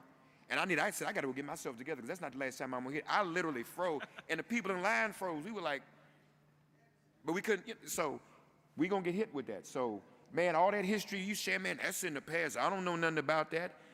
Listen, Trump gave me my stimmy. First thing I would say, just the take home for everyone, there was a film called The Barber of Little Rock. It's 30 minutes long. It was an Oscar nomination, and it's a brother who's a barber in Little Rock who just started helping folks out with a little change, a little money here and there, taking the conversation with barbershop and helping brothers with information, helping them get on their feet. He became known as someone who can help you out, and this micro economy has grown to the fact that he is now bringing to Little Rock, in the black community, the first CDFI, the first black bank in his community. Now, that's a film that you should get and share with them immediately. And in that, you see black men engage and deal with their trauma in the barbershop. He has two brothers stand up and just face each other, and he said, look in his eyes and don't look away. And both of them just broke down. They just couldn't look at each other because of all the trauma and pain that they've gone through. That is just, as an actor, it's important that we change hearts and minds, and that's effective emotionally. But when it comes to the misinformation, I'm doing a show right now, Jack Ryan. I play the CIA Deputy Director, James Greer. But in that, I have met real CIA officers, African American, who consult with me on a daily basis. Most of the stuff you see on social media is coming from foreign hostile actors. That's right. It is from Russia. It is from China. AI that's happening now that is perpetuating that myth and that mythology. The first thing you have to say is understand that everything you saw there was made up.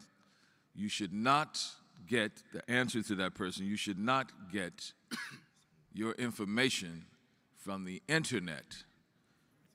If you do, go to KamalaHarris.com or whatever the specific is. And then also the distribution the campaign is giving us with the laundry list of contributions that the administration has done for black folks. $2 billion to the black farmers just recently, right? Biden-Harris, $15 billion to HBCUs. That's far outweighs any stimulus check you got from the Orange Man, right? And then if their response is, well, I don't go to college, well, that's cool, because we have community benefit, community development block grants. They go all the way back to the 90s. That's what the CDFI, Community Development Financial Institution, comes back. That's how I rebuilt my neighborhood in Pontchartrain Park in New Orleans post-Katrina. Right? And the key is, well, people go, oh, that's all above my head. Say, well, here's the deal. You have a right to complain because you have a right to exercise your right of self-determination. But as I told my community, you have to pay for that right. We're bringing a solution to the table. Now, I've given you some that hasn't moved you. Well, you give me some that I might be able to take to the administration or to the campaign, and they're going to put that into a program for you. So challenge me as I challenge you. That's how I think I would approach someone. Yeah, like what you want. What do you want from anything? Very good. Give Brother Wendell Pierce a round of applause. So, we, as I said, black men support black women.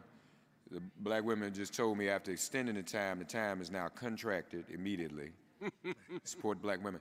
So we have just a couple more minutes left, unfortunately. Let me do this, because I wanted to go through some of these points. The STEMI, Kamala Harris, is she in fact black? That's out there. She did not lock up thousands of black men as opposed to what's out there. So folks, go to, how many of you are on Instagram? Raise your hand.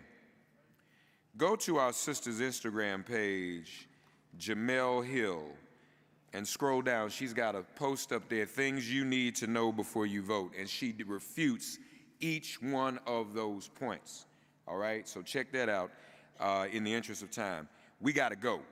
So let me do this. Dominic Whitehead, specifically, give everyone here the list of assignments, the things they need to start lining up, so when they go home, they can go and engage black men and try to reverse. I'm sorry this is tight, y'all. Try to reverse this, talk, engage, tell them what they need to know, be patient. We can't get mad at the young people. Reverend, I'm sorry. We can't get impatient. I don't mean to intrude, but the men on this panel far exceed me in their expertise. So if we could allow each man to say one statement before we leave, because I think I've monopolized the time. See, I thank you, brother, because you Wendell Pierce when I asked for that. It shut me down. Y'all see? Y'all see how that works? You know, I've been in a movie. I was in one movie. And you see that? Starting at the end with Brother Travis. Refute, how do you engage young black men quickly when they come back with the piece? And then, Dominic, I still need you to do that assignment, but go ahead. Sure. Look, I think just correcting misinformation and pointing out the negatives on Trump. And again, like I was saying, with the courts, how he's appointed Supreme Court justices who have not looked out for us, how he has not appointed black justices to the bench, how he has not looked out for the interests of black communities across the country. And I could go on, but I'm going to be concise because I know we're tight on time. Dominic Calhoun. Everything in this country changes from one of two ways, either the ballot box or the courtroom. There's no other way. You want justice, file a lawsuit. You want change, vote. It just is how it works. Every time I go to get my hair cut, my barber and everybody around, they walk. As soon as I walk in the door, they look at me and they go, all right, it's time. And there's one barber that sits there, and every time I walk in, he started asking me questions. Why is the criminal justice system this way? Why are you voting Democrat? Why are you doing this? And you know what? I sit there the whole time for an hour. I sit there and I answer every question that they lodge at me. When the misinformation happens, you have to be the one to correct them. You have to be the one to stand there and be willing to give them the information they need so they can make informed decisions about what to do when the election comes. So remember this. If it doesn't happen in the courtroom, it happens at the ballot box. That's how you demand justice. That's how you get change. Dominic, hold on, I'm going to have you close this out. Mark, Mayor. I would just add to that, you have to take on that fight every time. You talked about being in the barbershop. You have to stay in that barbershop and take on that fight because you're going to be hit with all kinds of things that It's clear that people have been given misinformation about, and you are the leader. You are the person who has more information in a lot of cases about others. And so you're required to act on that. You're required to respond. I will say this and I'm going to stop. My father was in the state legislature for 28 years. He's the one that gave me the base and made it possible for me to run for public office. But he would say to me every day that I was elected and beyond, give him hell out there, and he meant it. All right. Brother Johnson. So, yes, there's an awful lot of disinformation on the internet, and we know people who use the internet to spread disinformation, but the solution is not to get off the internet and get away from it. The solution is for us to use the internet to spread truth and to point people in the direction of what the true record is. All right, all right. And lastly, just to close out, and Brother Pierce, I need you to hang with me so that everywhere I go when I need to get the right answer, for any question from the sister, you can, matter of fact, someplace I need to go after this, I need to take you with me. Brother Whitehead, assignments. Y'all get ready now. This is what we're going to do when we get back home, all right? I make it quick, simple, and easy. I ask everyone to take their cell phones out right now. Text the word volunteer to 20707. Again, the word volunteer to 20707. As I said earlier, NAACP is nonpartisan, but we are not blind. The way that we know how we engage with voters is relational organizing. Everyone in this room is considered a trusted messenger.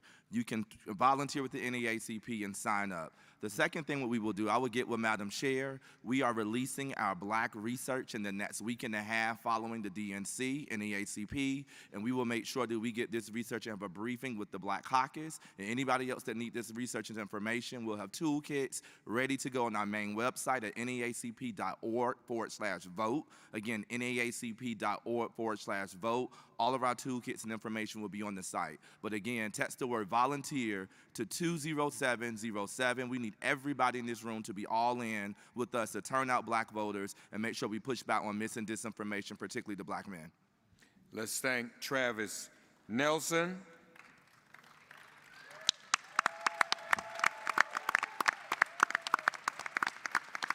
Let's thank Wendell Pierce, my newly hired personal translator in speaking to the black woman, Dominique Calhoun, National Bar, Dominic Whitehead, NAACP, former Mayor Mark Mallory of from Cincinnati, and Broderick Johnson of Comcast. God bless you all. Yes, she can. Yes, she can. Yes, she will. Yes, she can. Yes, she will. Yes, she can. Yes, she will. All right, thank you all. Mr. Press? Oh, yeah, photo. Come on. Yep. Oh, okay. All right. We're doing that, huh? Yeah, all right. Let's hear it again for Virgie Rollins, who gave me permission to go longer first, and then DeWanna took it away, but we all together now. Thank you. That's what happened.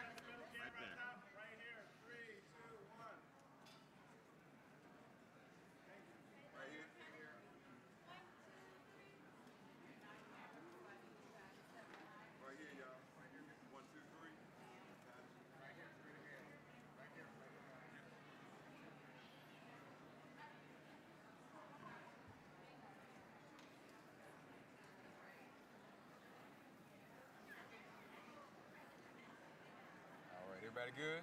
Everybody Wait a minute, hold on, one more. Come on, Keith. Why just getting up here? Oh, one more. All right, good. Okay. Thank you, God. Good. Thank you. Thank you, God. Thank you. Virgie, thank you. Thank you. I'm glad you got here. What's going on, man? I'll be there. Okay, just you got my Thank you. Thank you very much. Thank you. I'll do that all. Absolutely. I'll be there in 2 weeks. Okay. 3 weeks. I'll let you know. All right. If you do, because I do these grants. Thank you. Yeah, sure. Okay. Okay, love to. Okay. All October. Thank you. Virgie, they say you got to start, Virgie. Oh, thank you. She's saying you got to start. Thank you. Because it's time is tight. Thank you. All right, you guys got to take your seats. We got one more panel. We got another panel. This is gonna be awesome, y'all. We got some women coming on that are very powerful. You guys got to take your seats. Don't you go lose out. We got one more. Come on, take your seats. Get your good seat because we got one more panel coming. You ain't gonna want to miss it. And then while they come up, Ashanti. We got Dr. Melanie Campbell, who's a head of the Black Women's Roundtable. Come on, Dr. Campbell. And my child, Ashanti Golar, who's a head of Emerge. Come on, welcome the next panel. Hey, girlfriend, you look at my kid. You just scare me every time. Yeah. Okay, let me get going. Take some of this stuff off. How's everybody? How's everybody doing? First and foremost, can we give our sister Virgie a round of love and applause? Thank you. I'm Melanie Campbell. I'm president and CEO of the National Coalition on Black Civic Participation, national convener of the Black Women's Roundtable. I'm here in my personal capacity right now, so I can say what I want to. Is that all right? Sisters, are you in the house? Stand up, my sisters. Are y'all ready? I want you to repeat after me. Say, power of the ballot. Power of the sister vote. Power of the black vote. Power of the brother vote. We are going to do this thing, y'all. Sit down. I'm sorry. I just want us to wake up. It's been a great, great day. I'm just so honored to be here at the Black Caucus with all of you all. And brothers, where are your brothers at? Is the brothers in the house? Stand up, brothers. We together. Stand up, my brothers. Yes.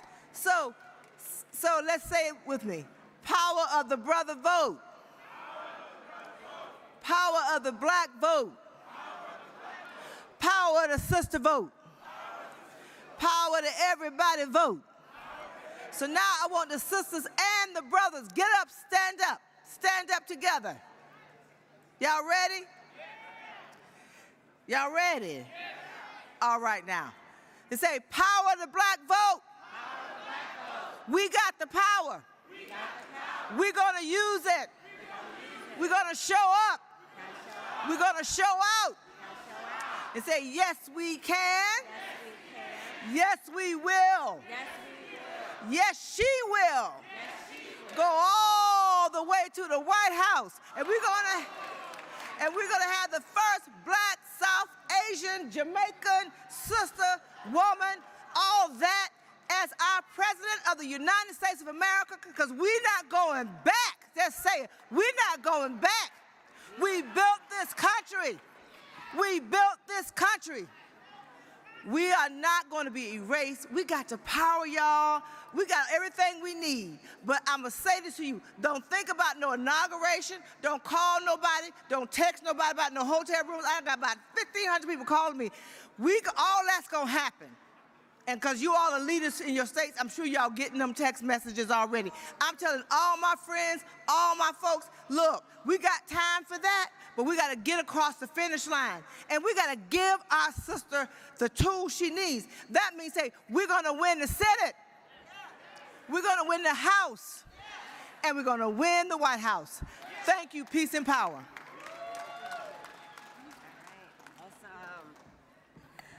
I love my sister Melanie. Good afternoon, everyone.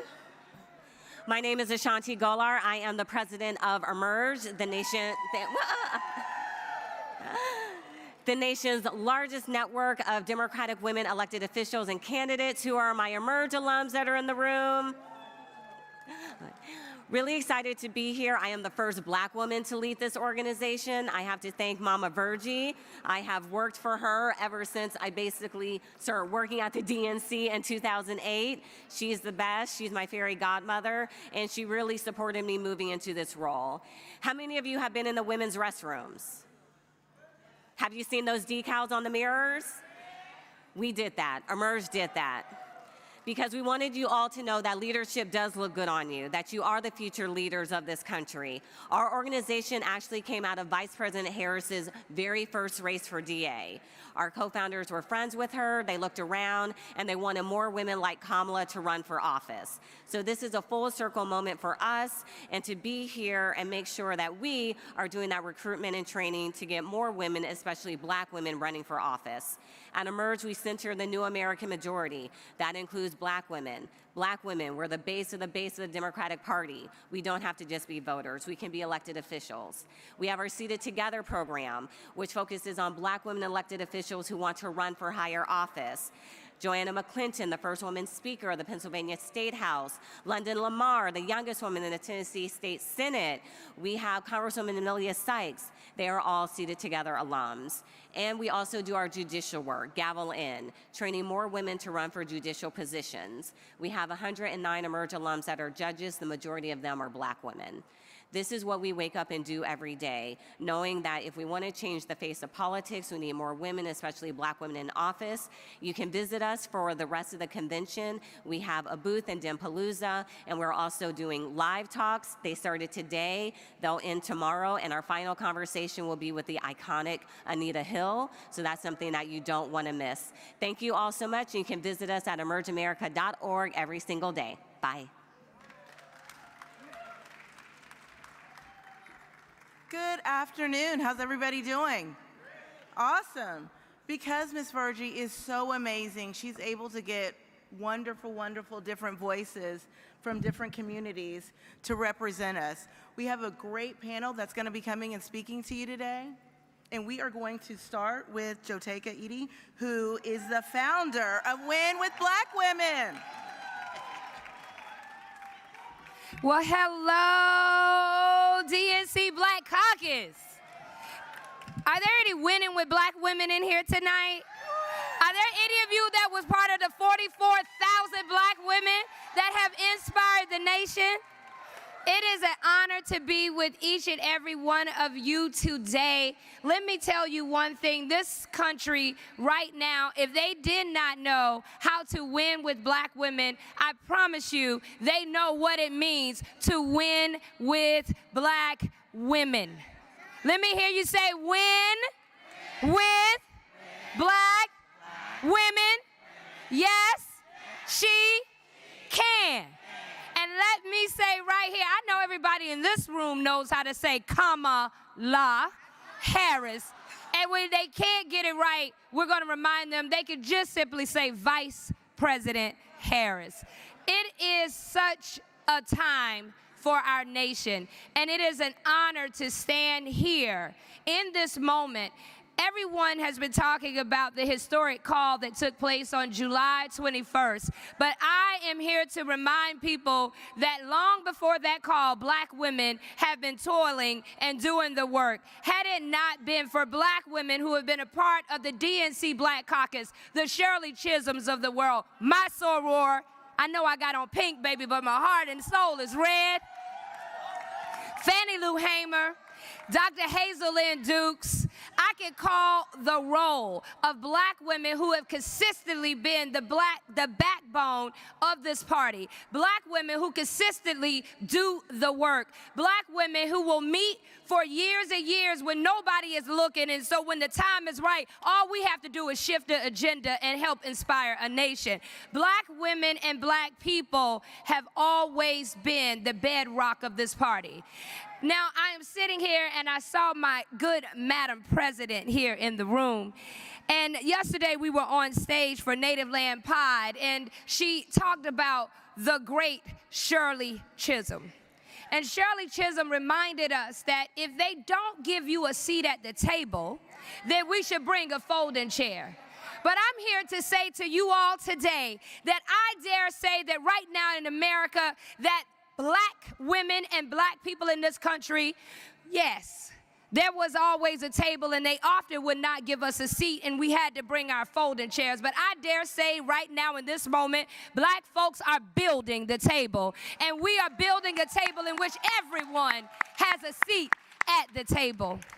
Now, I know that in the next 76 days, I believe, we have work to do. Now, I know Zoom has been good to us. Technology, the conversation we're going to have, has been very good to us. It's allowed us to connect. But we're not going to Zoom our way to a victory in this election. We got to get in the streets and meet people where they are. We got to go to the places of worship, the places of party. We got to knock on doors. We got to turn out voters. Because I can tell you, I'm an organizer trained by the NAACP. And what it's going to take is boots on the ground, hands on doors, and talking to people every single day in order to win this election. Someone said to me in an interview, what happens if we don't win? I simply looked back and said, that is not even a conversation. That's not a choice for us. We understand that there is a very clear line between Vice President Kamala Harris and he who should not be named. We know that they are trying to roll back every single right that this caucus has fought for this country, and we will not go back. It is my honor to be here, and the last thing that I will say to y'all, keep fighting. Keep going. Keep fighting. Let me hear you say, win with black women, win with black men, win with black people. Yes, she can. Yes, she can. Yes, she can. Y'all, let's do this in 2024, y'all. Let's go. Thank you very much. All right. So we will have an amazing panel up here to talk about innovation and the future economic advancements in technology. I want to start with Brandon Thompson, the Vice President of Diversity at NASCAR. Could you please introduce yourself and tell us a little bit about what you do and the changing diversity in your specific fields and what results you're seeing? Sure. So, again, my name is Brandon Thompson, Vice President of Diversity and Inclusion at NASCAR. Great to be here with you all today and really just kind of talk about some of the ways that we're pushing technology forward, equity, even working with Darrell on a couple of projects. But the one thing that I remind people of is that despite the reputation that NASCAR has earned, frankly, in some respects, but the perception over the years as well sort of mixed with that because of that history, NASCAR has really been on this journey in terms of diversity, equity, inclusion, really a bit before any other professional sports were on the path. So in 2001, we established a NASCAR Diversity Internship Program, of which I'm a product of, which focuses on bringing black college students from campuses into the NASCAR environment in order to give them hands-on training in a variety of fields, from marketing, engineering, et cetera. We have now put close to 600 students through that program.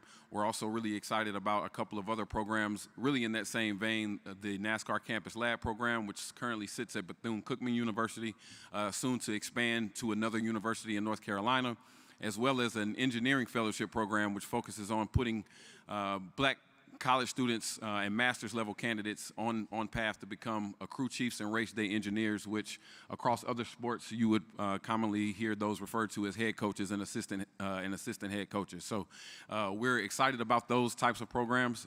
Also on the track, obviously with the success of Bubba Wallace and others, one of the things I'm most excited about relative to that program, it's aside from the length of time that it has been around also for 20 plus years, is the fact that we now have layers. So before, and I think again, Darrell and maybe some other folks in the room, before it was just Bubba, and we were kind of all rallying behind him as well we should. But now, because of his existence, who stands obviously on the heels and on the shoulders of someone like Wendell Scott or Elias Bowie, we are now to the point where there's a LeVar Scott, and now to the point where behind LeVar there's a driver named Nathan, and behind the driver named Nathan there's a driver named Laquan. And so we continue to, and not to mention Raja Caruth, who obviously got his first win this year as well, a student at Winston-Salem State University. So lots of fun and exciting things happening on and off the track. And I would say to close, relative to specifically to technology, there are a ton of opportunities across the sport, not only within engineering, but data analytics, all types of things that are going into CAD drawings and remote race operations that we have. We're utilizing a ton of technology. So we're excited about the future of NASCAR and excited to share this panel with you all today. Thank you. I'd like to now move to Claridith, who is the founder of ISCI. Could you talk a little bit about trends, paths, resources we should be considering right now, and what demands should we be making of national and local leaders to advance diversity and inclusion? Absolutely. But first, what I would like to say is good afternoon, everyone. Let's do a little bit better. Good afternoon, everyone. Good afternoon. All right, you're still with me? Thank you. My name is Claridith Landry. Not only am I the proud founder of Inclusive Security Collective Initiative, ISCI, where access is granted, I am also a proud veteran. I'm part of a long lineage, as many of us in this room are, of service members, of black and brown men and women who have given their lives for this country, even when this country didn't recognize us. So when we talk about the different industries that are available to us for economic prosperity, we really need to be looking at specific markets. And for so long, we've been told that all we can do in the defense space is serve. And yes, I serve proudly, but did you know that the defense industrial complex is a $1 trillion industry? Not with an M, not with a B, trillion, TR. We, as a community, see less than 0.07% of those funds across our academic institutions, across our businesses, across any event or activation, across research and development, across professional pathways that could actually get our future, which are our children, into high demand and in-demand STEM professions. So what I'm actually going to ask you all today, when you ask me what are the industries, what can we do? Well, if you remember anything from what I share for you today, or share with you today, it's that we all should be demanding a new Tuskegee Agreement, okay? This is based off the Tuskegee Miracle that was penned between Booker T. Washington and President Roosevelt, which stood up to Tuskegee Airmen, which stood up to Tuskegee Airfield, where blacks could serve, go to school, go to pilot training, so that they could serve in World War II, be seen as the heroes they were, come back and actually reap the benefits of their service, which they never got to see come to fruition. But now that we know better, we should be asking for more. So Research Center, that was done under the Biden-Harris administration, okay? This was done in 2022 under the first black Secretary of Defense that we have, Secretary Lloyd Austin, okay? Let's give that up. The first ever black Secretary of Defense we've ever had, Secretary Lloyd Austin, who went to West Point. My father is also a West Point grad, okay? So we have a long lineage, again, of service. But those 9 schools are part of the first ever HBCU ARC, which is the abbreviation that I just shared with you, have to share $90 million over 5 years. Now, yes, it's progress because we've never had it before, but we should be asking for more. We should be asking for what? More. We should also be asking for that new Tuskegee Agreement, okay? That means more money into our academic infrastructure. That means more money into our black small-owned businesses so they too can be seen as defense contracting companies with access to that $1 trillion industry and that revenue that is constantly going to predominantly white businesses and defense contracting companies. By the way, there's an annual list every single year of 200 defense contracting companies. Not a single one is black-owned. What are we going to do to change that? We're going to ask for a new Tuskegee Agreement. Also, not a single HBCU is what's called R1 status, meaning that they can actually do the research that brings more money into the institutions, that create more career paths for our black professionals who want to be in STEM, who want to be like me, who is an intelligence officer, serving in Baghdad, Iraq, serving under Secretary Austin, making sure that the technologies that went to the field were protected before they even went out, even being used for commercial use. So these are incredible spaces that we are not informed about, and sometimes intentionally, but we deserve to know about because we want a what? A new Tuskegee Agreement. This isn't just about our service. We've always served. This is about what we earned and what we deserve in return. Thank you. That was very interesting. Next, My last name is Landry, Claridith Landry, Landry.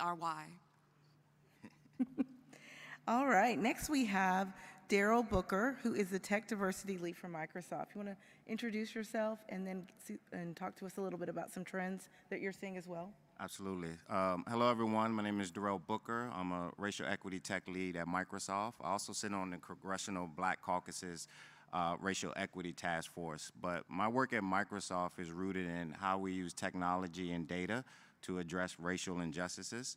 I've been leading the program since 2020. In a nutshell, bringing all things tech innovation, skilling, career awareness, and workforce development to the Black community. But in what we hope to be a really long-term and sustainable way. Yes, we're a major corporation, and some may feel we can hand every Black person a stimulus type of check, but what does that do? Instead, we need to put the power behind the back of those organizations that's doing the work every day, regardless of whatever a headline is, and that's our nonprofits, our community-based organizations, and our HBCUs. But the issue is they don't have the tools and resources to do the work that they need. And one of the things that they really lack is technology. When we think about how funding is provided to these organizations, Black-led organizations receive unrestricted funds at a 76% smaller rate than their white counterparts. What that means is they're not getting the funding to invest in technology, whether that's a laptop, whether that's people, whatever it is that can really power their work. And nowadays, technology is the greatest equalizer to all disparities. If you can utilize technology to the fullest, you can do more with less, you can do it faster, and you can reach more. So my work is really rooted across the country, working with these organizations, leveling their playing field in technology, giving them the tools and things that they need to do whatever their mission is, but do it really successfully. But also, we're gaining partners at a really hyper-local level. My team is working with over 3,000 nonprofits across 1,800 communities across this country, and these are, these small organizations. And through them, we now gain partners to bring all of that skilling, career, and workforce development directly into the hands of our young people, adults, and seniors who need it, because we now gain them as partners. And, really looking at how technology is powering everything, especially when we think of career pathways.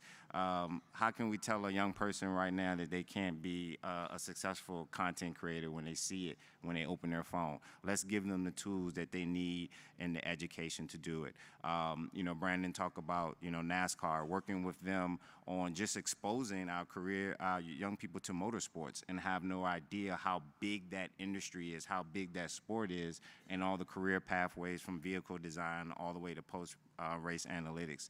And, speaking of our HBCUs, working with government agencies such as the National Security Agency to bring mentors from their side as well as mentors from our side to these HBCUs to try to get them to R1, at least let's try to get them to R2.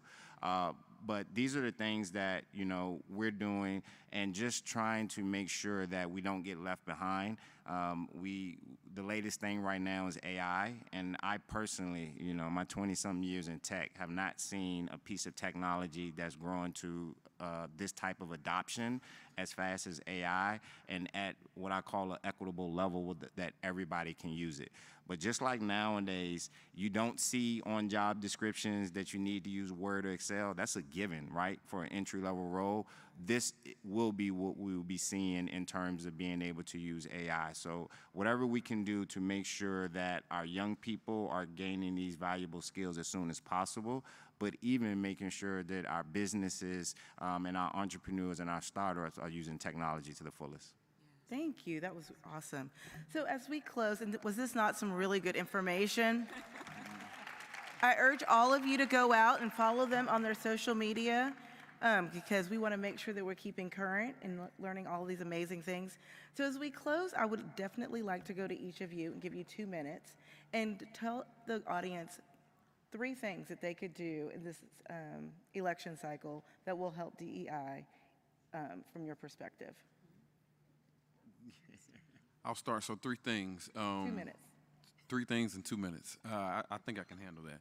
I think number one, we've talked about it a lot. Vote. I think that's the first thing that we have. We've talked about the voice or our vote being our voice. So that's the first thing that I would encourage. The next thing I would do is to say to support financially. I think we talked about these. Someone mentioned that earlier today. So whether it's at a macro level, right, relative to the election and donating there, or supporting other black people in these endeavors. We've talked a lot about that, but I think now, particularly coming out of 2020, we've seen an expansion of black women-owned businesses and just black-owned businesses and being able to find them more readily. But I think being able to support really in all the ways. So specific to NASCAR, whether that's supporting some of the drivers that we mentioned coming out, and being able to see the things that are happening from a pit crew level, from a college student engagement level. So I would say the financial support, and then finally I would say, which is really in our DNA, is the stick-to-itness, right? Just to be able to keep going. The endurance that we have despite a lot of the challenges, and I think those are the 3 things that we have to do in order to continue to move forward. And I'll sneak a 4th one in there, I guess, that kind of ties all of those together, is that really for us to understand and push our corporations and those people that we work for to understand that we as black people are a significant part of the GDP of the country and the economic stability of the country. And so in order for that to be maintained and understanding the trajectory of where the demographics are going in the country, we cannot sit on the sidelines, right, and expect for businesses to continue to be commercially profitable. And so I think we need to stand in that in our power. Thank you. And I'll piggyback off of one of the things Brandon said just about, supporting businesses. And I don't have the exact number, but I think it's something along the lines of, money stays within the black community no more than 6 hours. And that essentially comes from there's not enough, fellow entrepreneurs, business owners, so that money can stay within the community as it does, other races and ethnicities. The other thing is, conversations at home. And I said it to say, not all the time about the good stuff that's happening, that's the bad stuff. And I know we as people, we're fighters, we struggle, we do a lot, but a lot of times we hide a lot from our kids. And at the end of the day, have those conversations with your kids so that when they get older, they're not facing the same things. They can see that there's no money and something struggling within the house.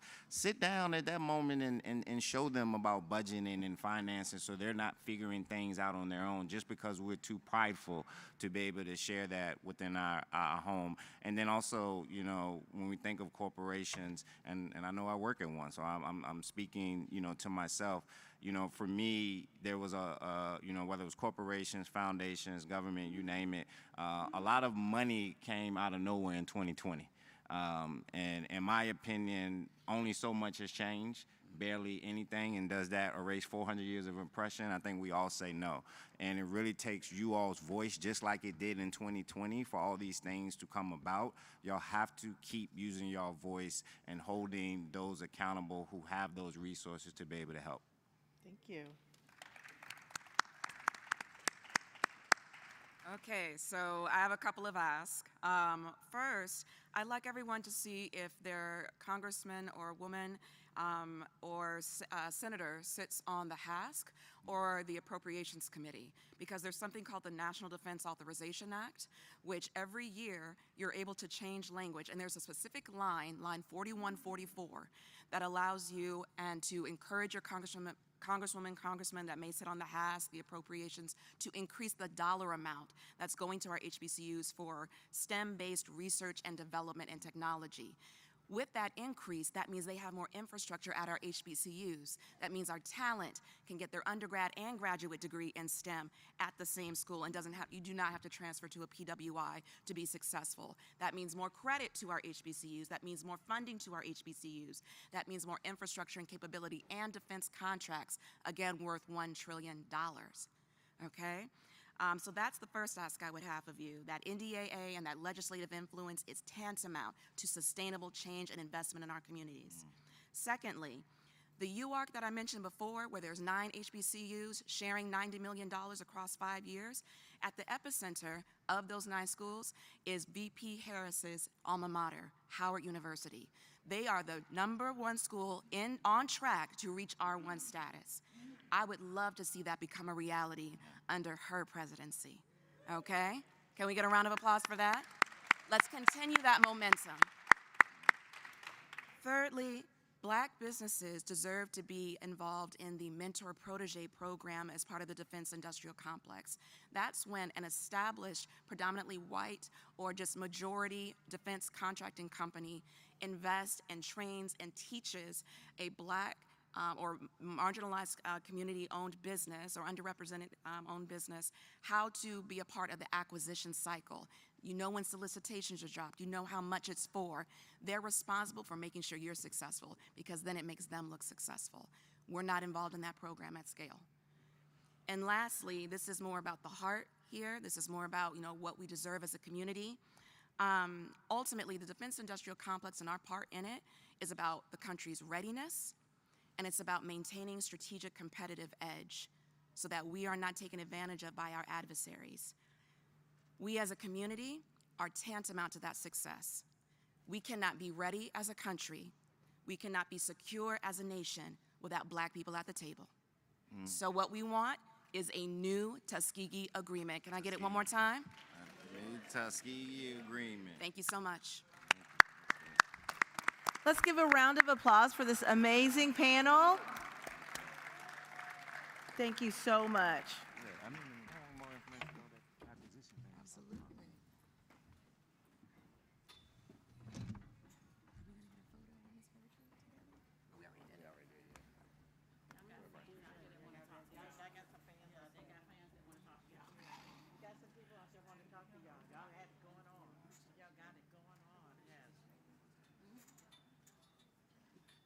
Okay, now, did y'all enjoy them young folk? Okay, good. You see the work that they're doing? You would not know. Just 1 second.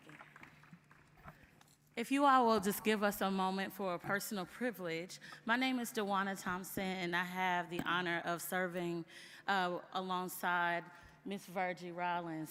I worked for Miss Virgie when I was the National African American Vote Director for the Democratic Party, and with me are 2 additional powerhouse women who've also worked with Ms. Virgie in national leadership roles at the DNC over the last 10 years. And we thought that it would be remiss if we did not take a moment to make sure that we give her her flowers in this incredible Year of the Woman.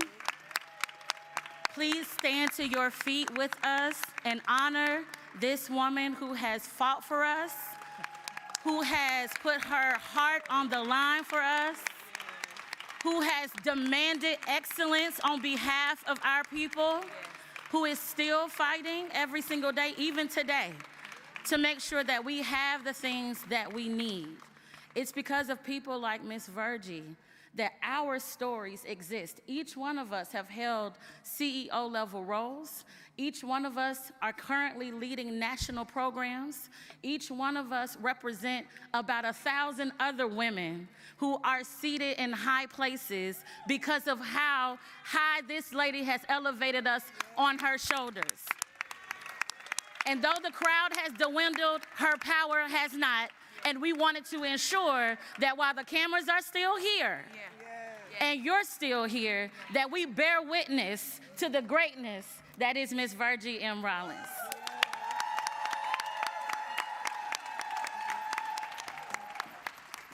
That's too much.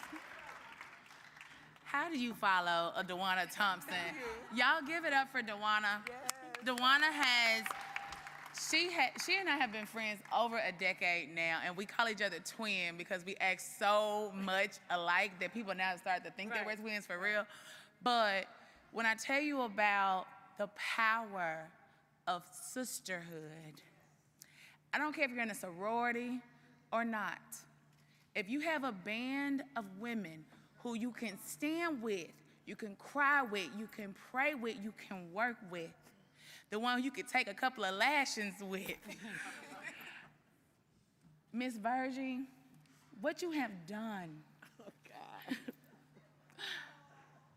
not just for us, but for everyone who's come before us, the women that you have on your cabinet, I look at Grace and Allison and Congresswoman Christensen, you make sure that one, we don't take no stuff, but most importantly, that we feel confident in who we are and what you have poured into us.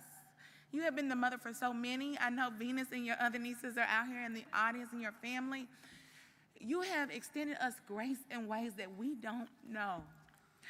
And so we want to say thank you from the bottom of our hearts for being the incredible force, the fierce nature that you are. Ms. Virgie, we stand so humbly on your shoulders. And we are so grateful for everything you do for us. Have you taught us to stand 10 toes down on business for Black folk, right? You ensure we all understood what our Black jobs and what our Black obligations are to our people. So thank you for being a mentor, a mother, a friend, for being our everything, Ms. Virgie. You are the Black Caucus. You are the conscience of this country. So thank you for that. People don't know what you've done. When you talk about the states and what it takes to do this work, she talked about her regional caucuses. We all have buried the bearers of those regional caucuses, but it's important because it pours in everyday people. Without her, it would be no Black women for Kamala, right? There would be no win with Black women. There would be no women of the. This is Virgie Rollins, yes. And you have to know that. I love you, Ms. Virgie. This is the baby of the bunch, y'all. This is the baby.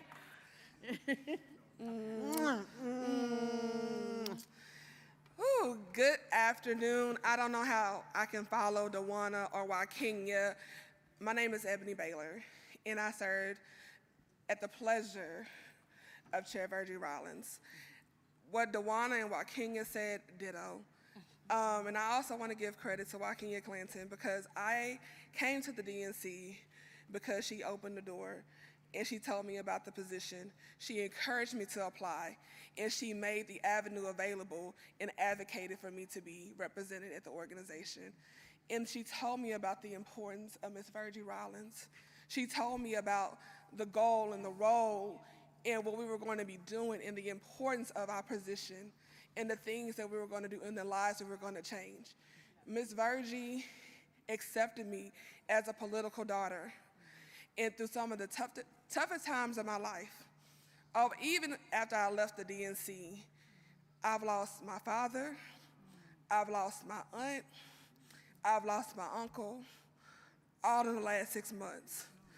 And Ms. Virgie has held me up. She has supported me. She has poured into me. She still loves on me. And she organizes the hell out of this country for Black people. A lot of people don't know about the fights that happen inside of the building. A lot of people don't understand the long hours and the stress and the turmoil that Ms. Virgie goes through and the DNC Black Caucus members go through to represent the Black community for the Democratic Party. So when you see them running around, if they seem tired or frustrated, it is because they have been organizing the hell out of the DNC for our community to make sure that you all have resources to do the work, to make sure that people are turning out in this election. So I just want to thank Ms. Virgie for everything that you have done, all of the sacrifices, all of the phone calls, all of the tough conversations. Because we are who we are because of you, and we love you so much.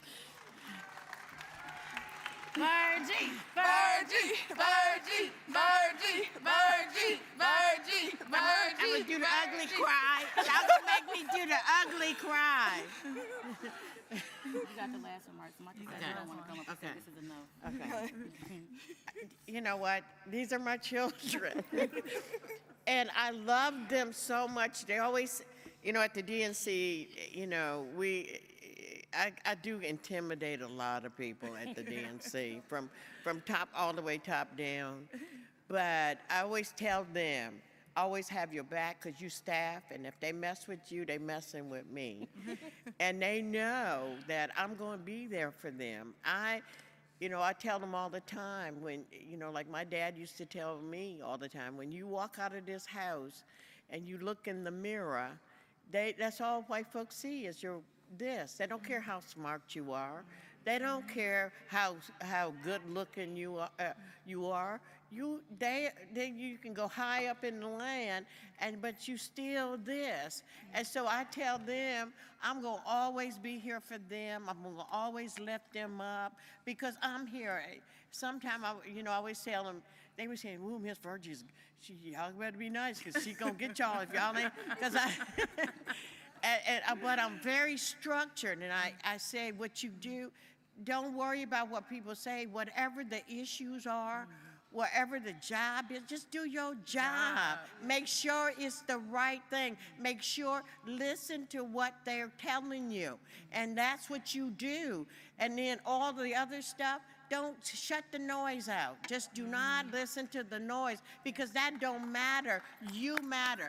Well, how you feel, what you doing, you got to keep your focus. And that's so important, and it's real important for me because I'm not going to be doing this forever, and I want to make sure that the legacy is out there, and this is it. These are my babies, and I always tell them, and to want to know if when I call on Ebony, they're all here.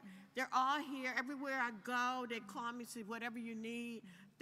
And people say when they first come, they say, "Oh, you ain't gonna like Miss Virgie. She real tough." But every time they leave, they stay with me everywhere I go. And when you see all of this stuff that has happened, this is the coordinator because she takes care of it. She's been with me the longest. She stabbed me anything I need, and they're gonna follow her. They're gonna do what she wants. And this one is just, and my baby over here, I always had to get in her case a little bit, but she here and she does, everyone, and I thank y'all. I love y'all so much. Let me tell you, this is my team, and this is Will. Will, come on up here. My right hand here. Will has been with me. He does everything. Every time I get a new staff person, and they go crazy because they say, what is he doing? I said, you listen to him. If you don't listen to him, you might be on my bad side, okay? And so this is my team. I appreciate you all. This has been one of the most wonderful events. I've had such a good time. I've been doing this for 18 years. My first chair was Howard Dean, and my Federation women are here because I represent the national. Is my president here? Is my national president still here, Barbara Faison? Because I represent the National Federation of Democratic Women I'm a national past president, and my brother over here by another mother, Chuck Bussey, my family, but I represent the National Federation of Democratic Women on the DNC. And that's when they come after me, see, so they can't because they always say, well, she's not elected through the state, and she's not at large, but I represent the Federation, and I want to thank my Federation sisters. I want to thank my family. Venus is my hand. She my daughter that I never had, that I helped raise, and my nieces, Robin. And Lindsay, everybody, and my good friend for 30 years, and my neighbor, Pam. We love her. My kids call her Auntie Pam. And Chuck and Marina, Uncle Chuck. I mean, he's always been by my side. I always tell him, he always said, and I said, I talk about white people a lot, and sometimes I slip up, but he be sitting there, he understands that. I said, who I'm real. And so thank you. Where my board at? And if I couldn't do this without Allison and Grace, and Donna, stand up, Donna, and Travis, and Vice Chair over here, Mark Mallory. You guys have been wonderful. Where's Aisha? Volunteers. My volunteer, all these, where's Tammy? Where's Tammy Davis?